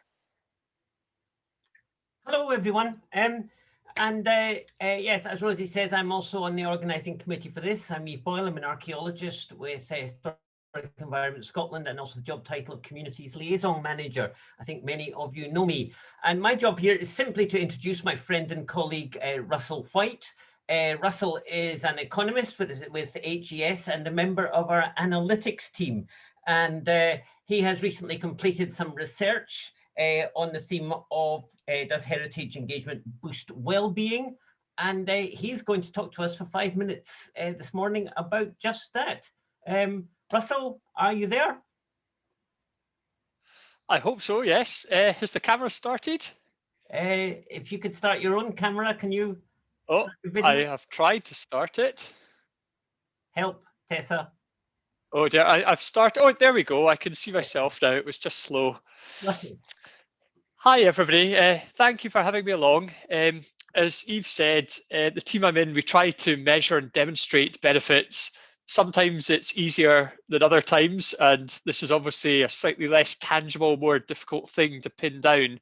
So rather than barraging you with slides with results and data, I thought I would just give you a quick overview of what's actually in the report, share the link, and sort of talk a little bit about what might happen next, how we might use it, because it's an area that's evolving pretty quickly rather than the report giving us the definitive picture. So the starting point was really a couple of years ago when the National Performance Framework had this term well-being introduced, and the headline vision to grow the well-being of the people of Scotland. And given that we are a government-funded organisation and we have a responsibility to report against those indicators in the National Performance Framework for the sector, we thought we'd better explore what well-being meant, establish what the baseline was for the sector, and try to understand some of the routes that the sector contributes to well-being so that we can target our activity better. So that was our starting point, the reason for doing this. I think when it comes to a definition of well-being, at the time that was very difficult. There was no sort of central agreed common set of principles that were well-being, although everybody intuitively understands what it is. So what we took at that stage were the questions from the Scottish Household Survey to see if we could link into those. They are used sort of across the UK to get a sort of baseline indication of where well-being is high and low across the UK. So the questions are people self-reporting on a scale of 1 to 10, their overall satisfaction with life, their sense of being worthwhile, how happy they feel, how anxious they feel, and their general health. So we've taken those as a baseline, and for trying to establish, to give some structure to the survey, to establish what some of the benefits of heritage are, we used a study by the What Works Centre for Wellbeing, which is set up as a sort of UK-wide think tank with representation from various centres. They classified various types of benefits and routes to improved well-being. And we tied that together with a series of case studies and literature review that had been done by Historic England, flagging up specific instances where different types of well-being had been enhanced through the historic environment. So we came up with a list of categories there, ranging from things like motivation and confidence, fun, spending time with family and friends, connecting with the community, improved skills and employability, inspiration. So we have quite a wide range of benefits to link to the wellbeing outcomes. And then what we had to do was take a broad range of engagement types with the historic environment to build those links from engagement to benefit to final wellbeing improvement. So the engagement types, again, we've tried to have a broad spread from visiting heritage, whether in person or online engagement, living and working in amongst heritage, volunteering in the historic environment or associated areas, and down to the far less sort of tangible, just sort of being aware of it, noticing it around you. So that's what we did with the survey. We managed to get 1,000 responses, but it is not a general population survey. We thought there wasn't much value in this, in talking to people who say they don't currently engage with the historic environment, because that wouldn't help us to understand what kind of wellbeing improvements you can achieve through that engagement. So we channeled our effort towards people who we know were already engaged through HESI's various communications channels. And we worked quite hard with our qualities manager to make sure we got samples from groups with protected characteristics, given that they're a key group for engagement for HES and for the sector more generally. And also potentially groups most in need of well-being based on some of the baseline information from the household survey. So that's what we did. The results that have come through are very positive. They show consistently very strong and tangible improvements across all of the benefit types and all of the well-being types. But the interesting part is where there is a variance between different types of engagement. So, for example, when it comes to feeling closer to your community, things like visiting didn't have such a strong response, or the online engagement, some of the educational things.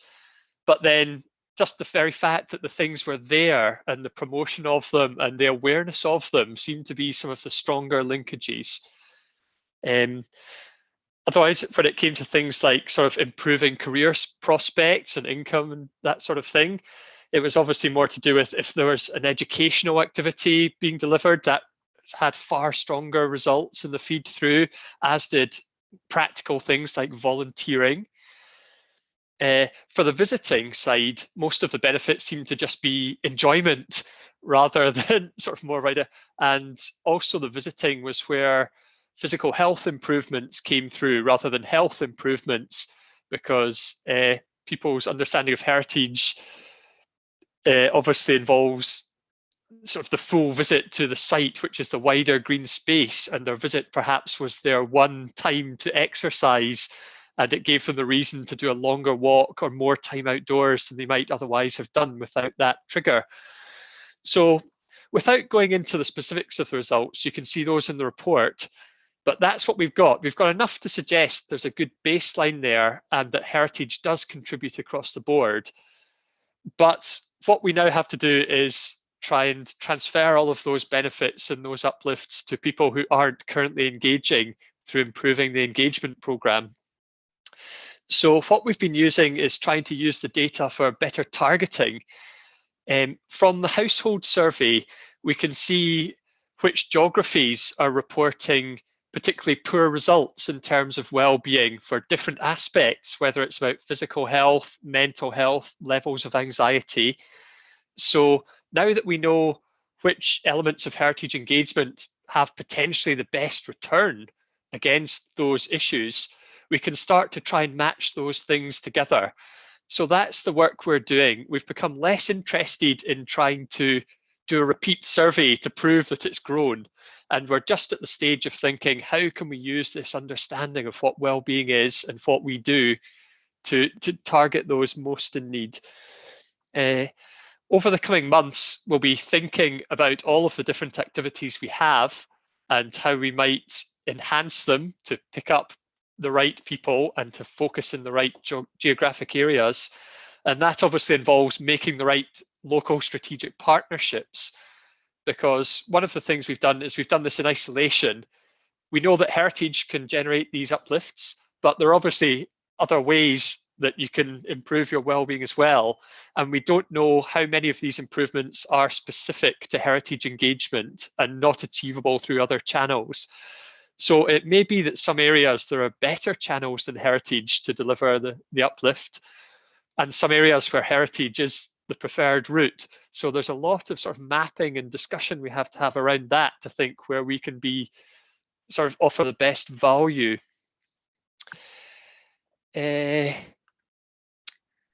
Russell, I might just pop in here, Russell, if it's all right, just to say. Yes, of course. That I was just going to finish up there, so please feel to pop in.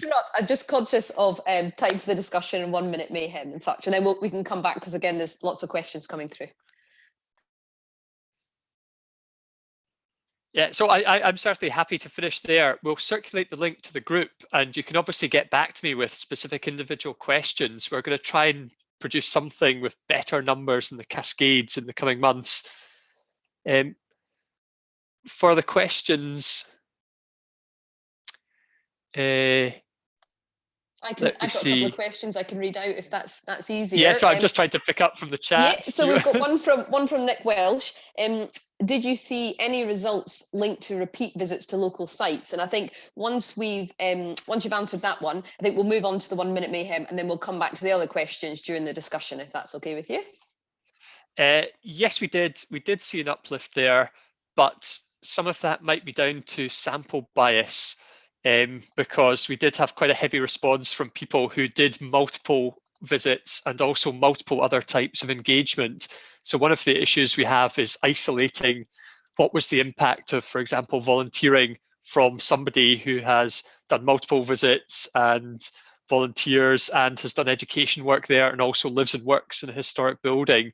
So that's where we've got to get into some of the econometric analysis where the results aren't necessarily robust enough. Okay, great. Thank you so much, Russell. And I shared the link to the research onto our website with Historic Environment Scotland for everybody. And then, as I say, lots more questions coming through for you for the discussion session. Which leads us on, back to the polls actually, that we tried to do earlier. So we're going to quickly do the polls, and then we're going to go on to the 1 Minute Mayhem with Eve. And we've had a couple of people come forward to do a 1 Minute Mayhem since we asked at the break. So that's exciting to see who that will be. So in terms of the polls, some of you may have done these before, but for those of you who have not, the polls will automatically pop up at the foot of your screen when Tess opens the polls. Now, the polls will stay open for 60 seconds, so you've got plenty of time to consider your answer, and you just click on the box. It's very self-explanatory when the polls pop up. Now, we're wanting to basically understand views from this group on how often the sessions should happen. So will they be every 4 weeks, every 6 weeks, or less often? And also, we just want to ask about a preference between a Wednesday or a Saturday. So we asked the same questions for the participants that we had in February who were here on a Saturday, because these sessions are going to run for the rest of the year. So we want to just try and get that timing and such like right. And once we've had a look at a comparison of both sets of returns, then we're going to set the dates and actually set the topics, a forward programme for the rest of the year, and then invite papers for speakers and such like. So it just allows us as a committee to plan ahead for the rest of the year. So I'll pass over to Tess to open the polls. Okay, so the first one there, how often would you like our events to take place? Every 4 weeks, every 6 weeks, or less frequently? I feel like I'd be introducing bias if I told you the results from the Saturday one, so I'll stay quiet on that one while everyone's polling.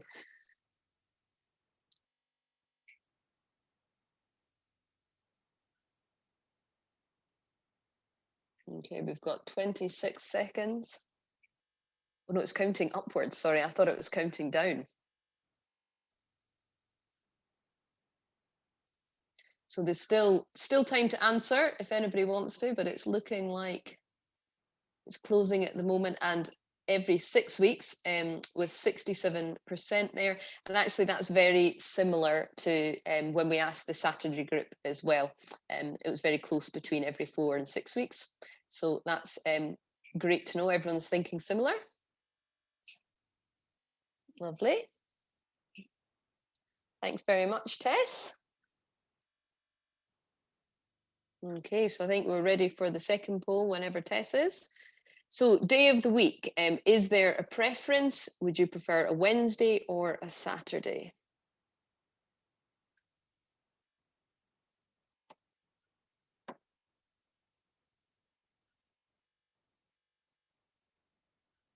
Okay, it's quite a strong preference there for the Wednesday. Now, just looking at the numbers, it does look like most people have responded to that poll, and as we might have expected, for the Saturday group, there was quite a strong preference for a Saturday, and this group here, quite a strong preference for a Wednesday. So that lets us know as a committee that hopefully we've been doing the right thing in terms of going between Wednesdays and Saturdays. Great, okay. So thank you very much, Tess. Tess, our magical tech whiz, who we couldn't do without. So that's the polls will be about to close, which takes us on to passing over to Eve Boyle with her bell for the 1 minute mayhem. So I'll pass over to Eve. Hello again, everybody, me again. And now we come to our little ritual at the end of each SCHC, which is the 1 minute mayhem.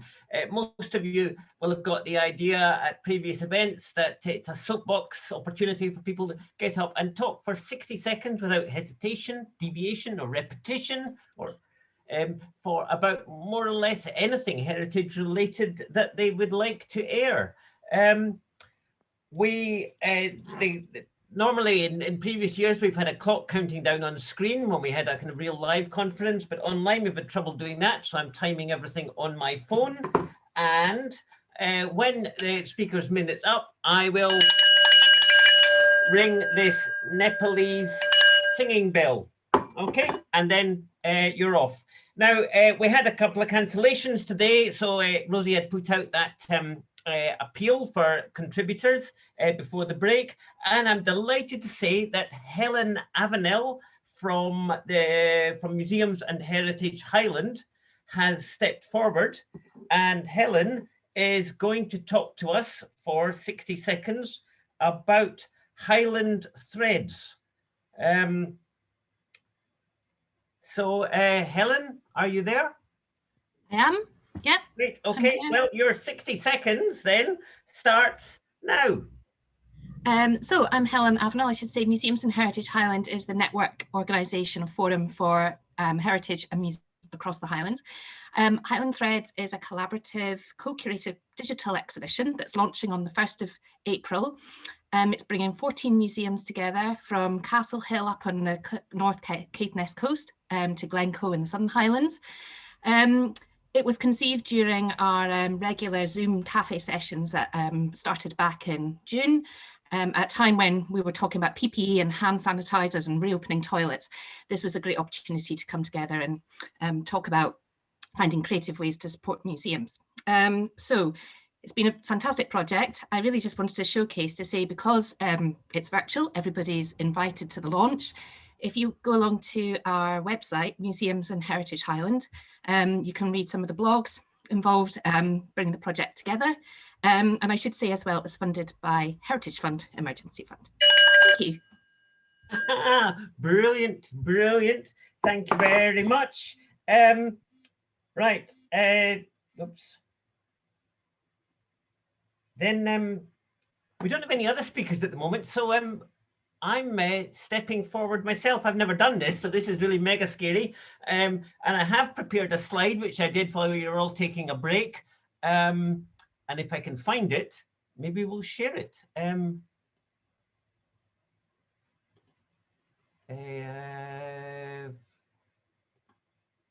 Share screen. There,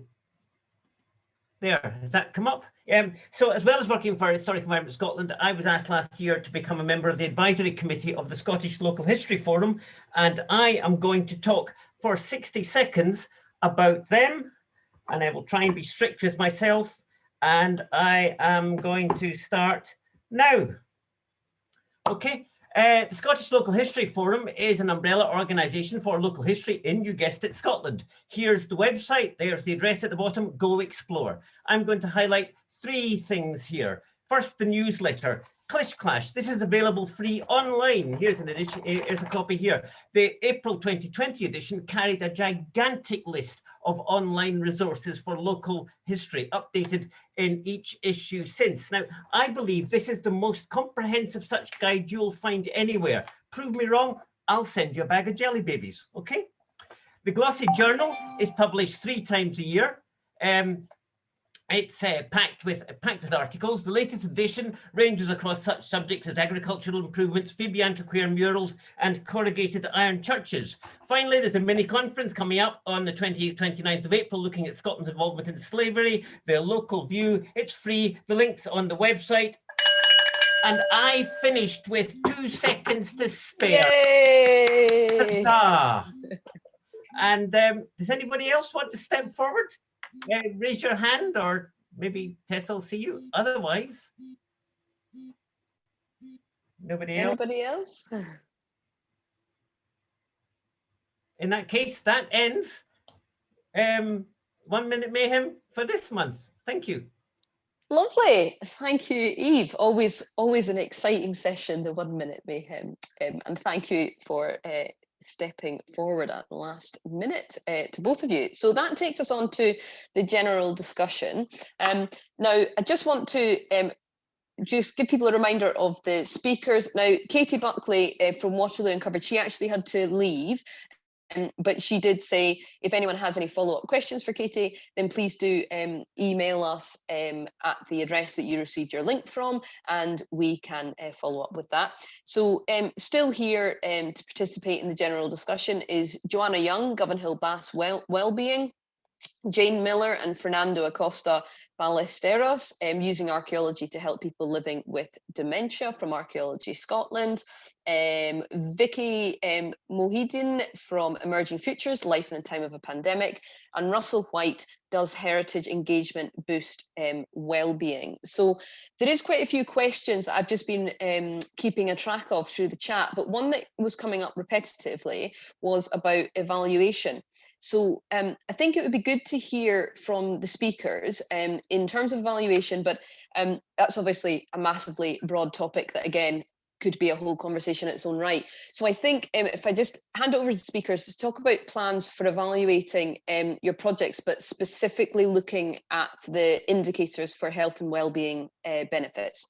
So I'll pass it over if any of the speakers want to go first.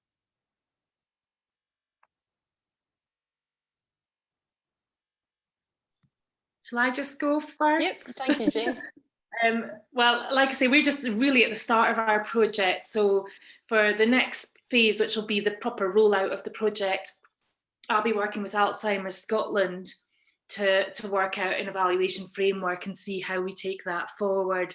So in the past, like Katie was saying earlier, I've used Edinburgh Warwick framework, and that might be something we use, but we will probably take the lead from Alzheimer's Scotland to see how they have evaluated their sessions in the past, and maybe they have some tools that would work better for their audience. So for us, it's very much a work in progress because we're right at the start of this. And we have thought about it obviously before now, but it's now that we're really getting into the nitty-gritty of it. Okay, thank you. Does Vicky or Jane want to come in? Yep, thank you, jump Vicky. in. All right. So we've like embedded evaluation throughout the project, where in some sessions we've done audio feedback, as you heard a little bit in the presentation, but we've also been sending forms throughout the whole project, anonymous feedback forms. So we've been collecting impressions by the participants of the project as we've been going along. We do have like outcome framework kind of stuff that is in the office, like the office brain that is not my most intuitive brain, which we will be coming to in April. What's interesting about this project is that it is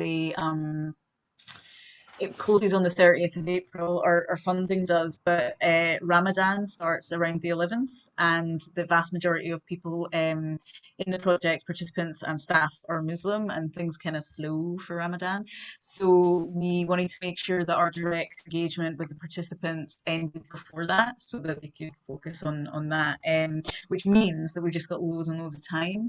I've been working with 2 different mental health professionals, both in leading workshops and consulting with me, and they're both doing evaluations on their own to feedback in, and so we're gonna, and then I think we're gonna have like some fun as well. We might do some internal workshops and art stuff as well.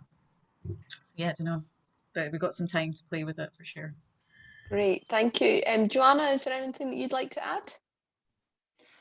I guess I covered a fair bit of, but our kind of evaluation maybe was more the results rather than the processes we use. But I guess, like other people were saying, we kind of try and embed evaluation throughout the projects.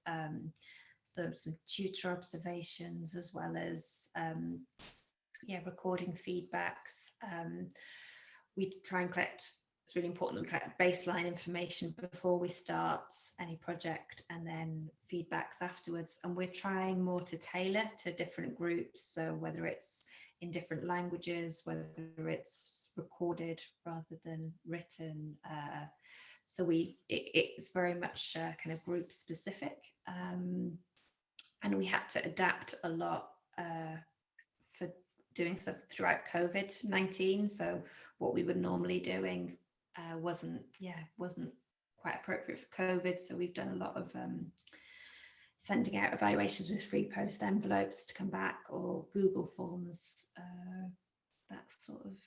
those sort of processes. Yeah, I could probably speak for ages about evaluations. I'm aware your time's limited, but if anyone's got any questions or wants to see some examples of forms we're using, or the types of outcomes and indicators that we're working with, I'm happy to have further chats. Okay, thank you very much. And Russell, we've got a question in terms of the Heritage Boost and Wellbeing research. Is there a plan for it to be repeated in terms of evaluating specifically COVID impacts a year on, for example? Short answer, no. The original plan is we were going to repeat it after 3 years. So we'd have a baseline, there would be time to actually understand, run a few programs, and then track the uplift at the end. But I think we've decided, because the area is evolving so quickly, we don't necessarily have the best baseline measure. And because we didn't have a general population sample, we wouldn't repeat it in the same manner. But I think there is a discussion to be had about what the best way to repeat this is in a slightly different format. So I suggest there probably is more work needed, but not a direct repeat of this one. So that's something perhaps for this group or other groups to debate. There's a question I saw in the chat about whether museums and galleries could be looking at a similar model. And I would say yes, that perhaps there's something culture-wide, perhaps, rather than uniquely within heritage. Okay, great, thank you. So to go back to some of the questions that were asked during the chat for the specific speakers, Joanna, we have one from Mary Morrison specifically for you.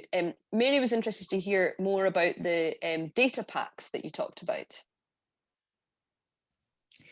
Yeah, so we worked with Thriving Places, which was set up by Glasgow Council, and we received, what were they?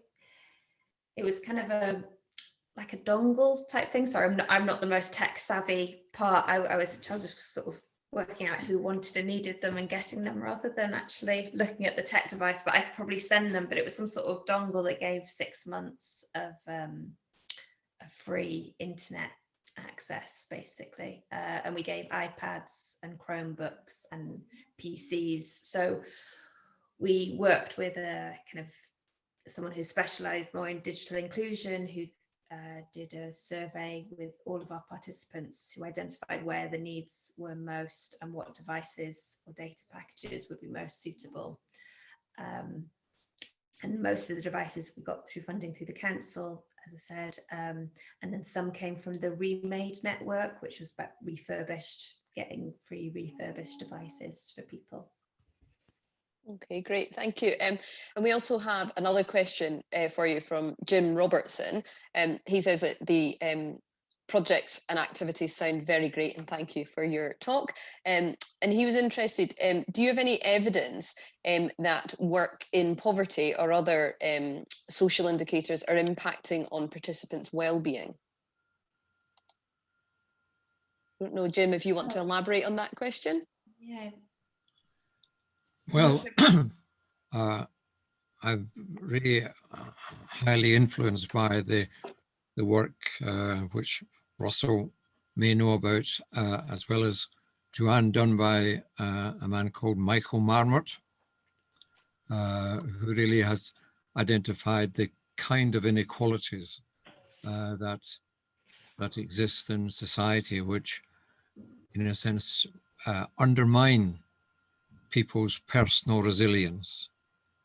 And in a sense, whether the projects have highlighted some of these factors. And I know Glasgow and Govan Hill reasonably well, but I know it's an area which experiences substantial amount of disadvantage.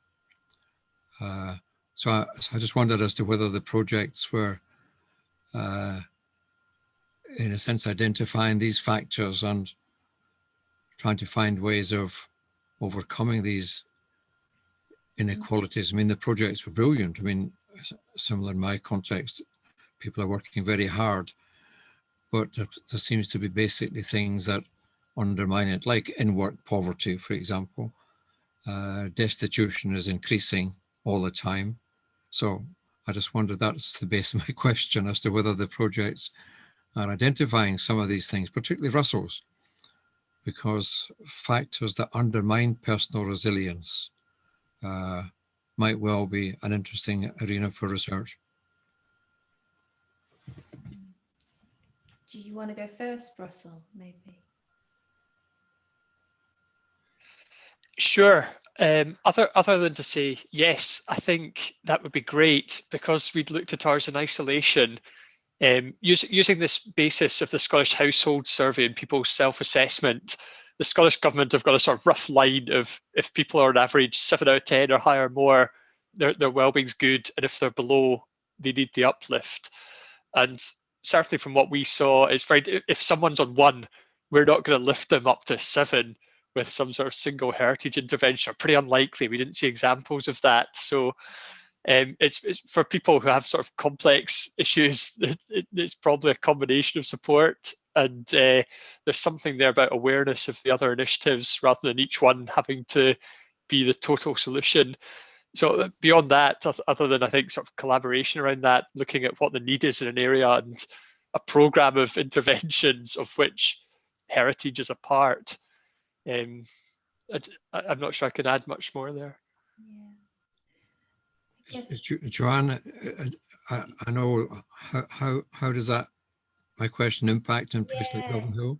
It's a great question, and it's something that we're very much, all of our activities are in mind with trying to reduce social inequalities and health inequalities.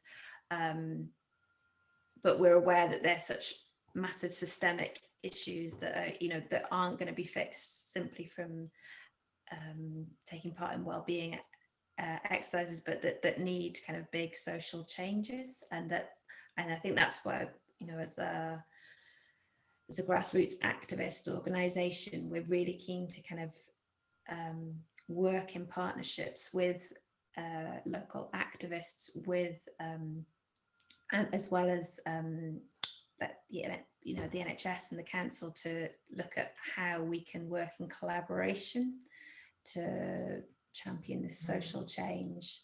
I think, for example, that the social prescribing work we're doing has been really interested in looking at those and how we're being able to be referred participants in that way.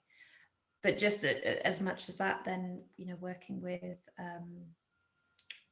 local organisations that have come to us thinking, oh, I've got this idea of maybe wanting to do some peer support for adults with mental health, for example, because I've been really struggling with mental health. That's what their initial ask was, and then to try and kind of share resources and tools and capacity building for them to take that on themselves.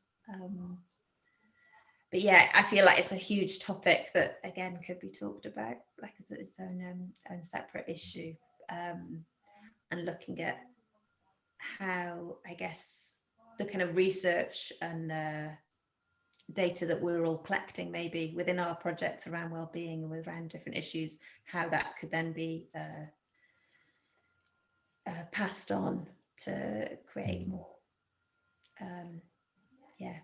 changes in a more strategic government level would be great.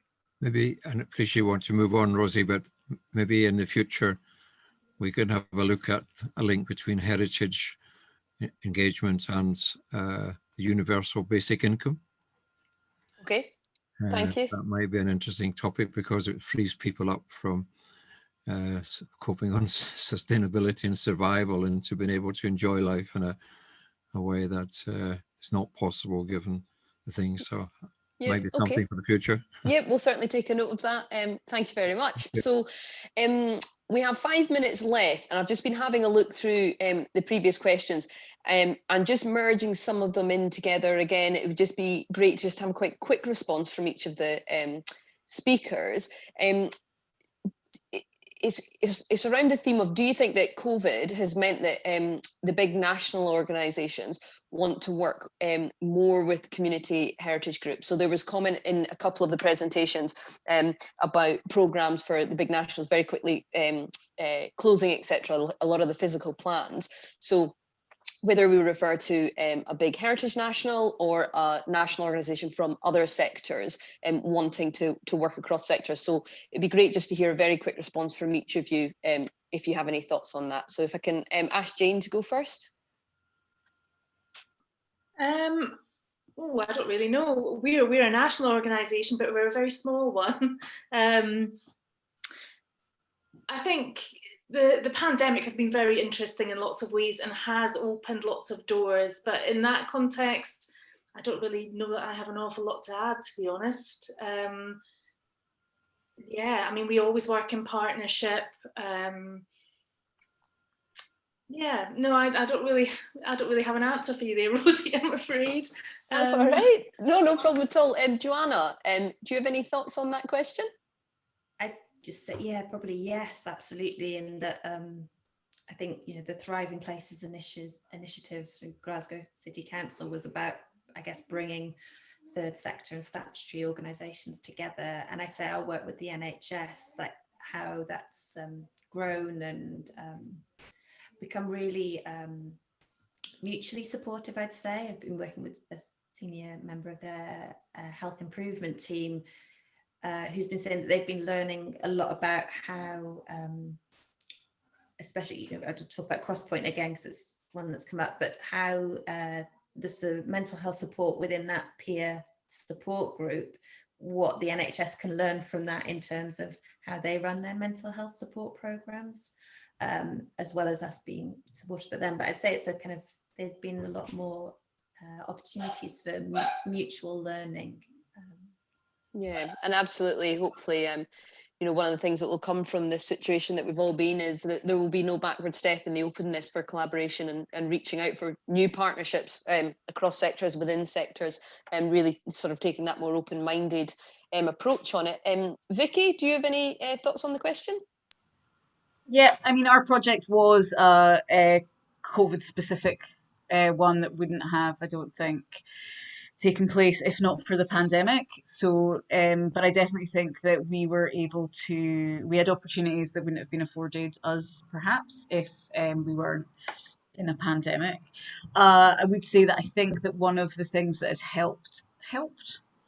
facilitated us linking up with the big organisations has been the Black Lives Matter movement and discussions on diversity, which have opened the doors to the work that we want to do. And I think that I'm mixed race, very white passing, but I'm mixed race and I have a foot in both worlds, if you like. And a lot of the people that I work with were like, oh, will they work with us? Because they're used to being quite insular. And I was like, if we say the words Muslim women, I'm telling you that all of these national organisations are going to jump, which they did, which may be mercenary, but I'll take it.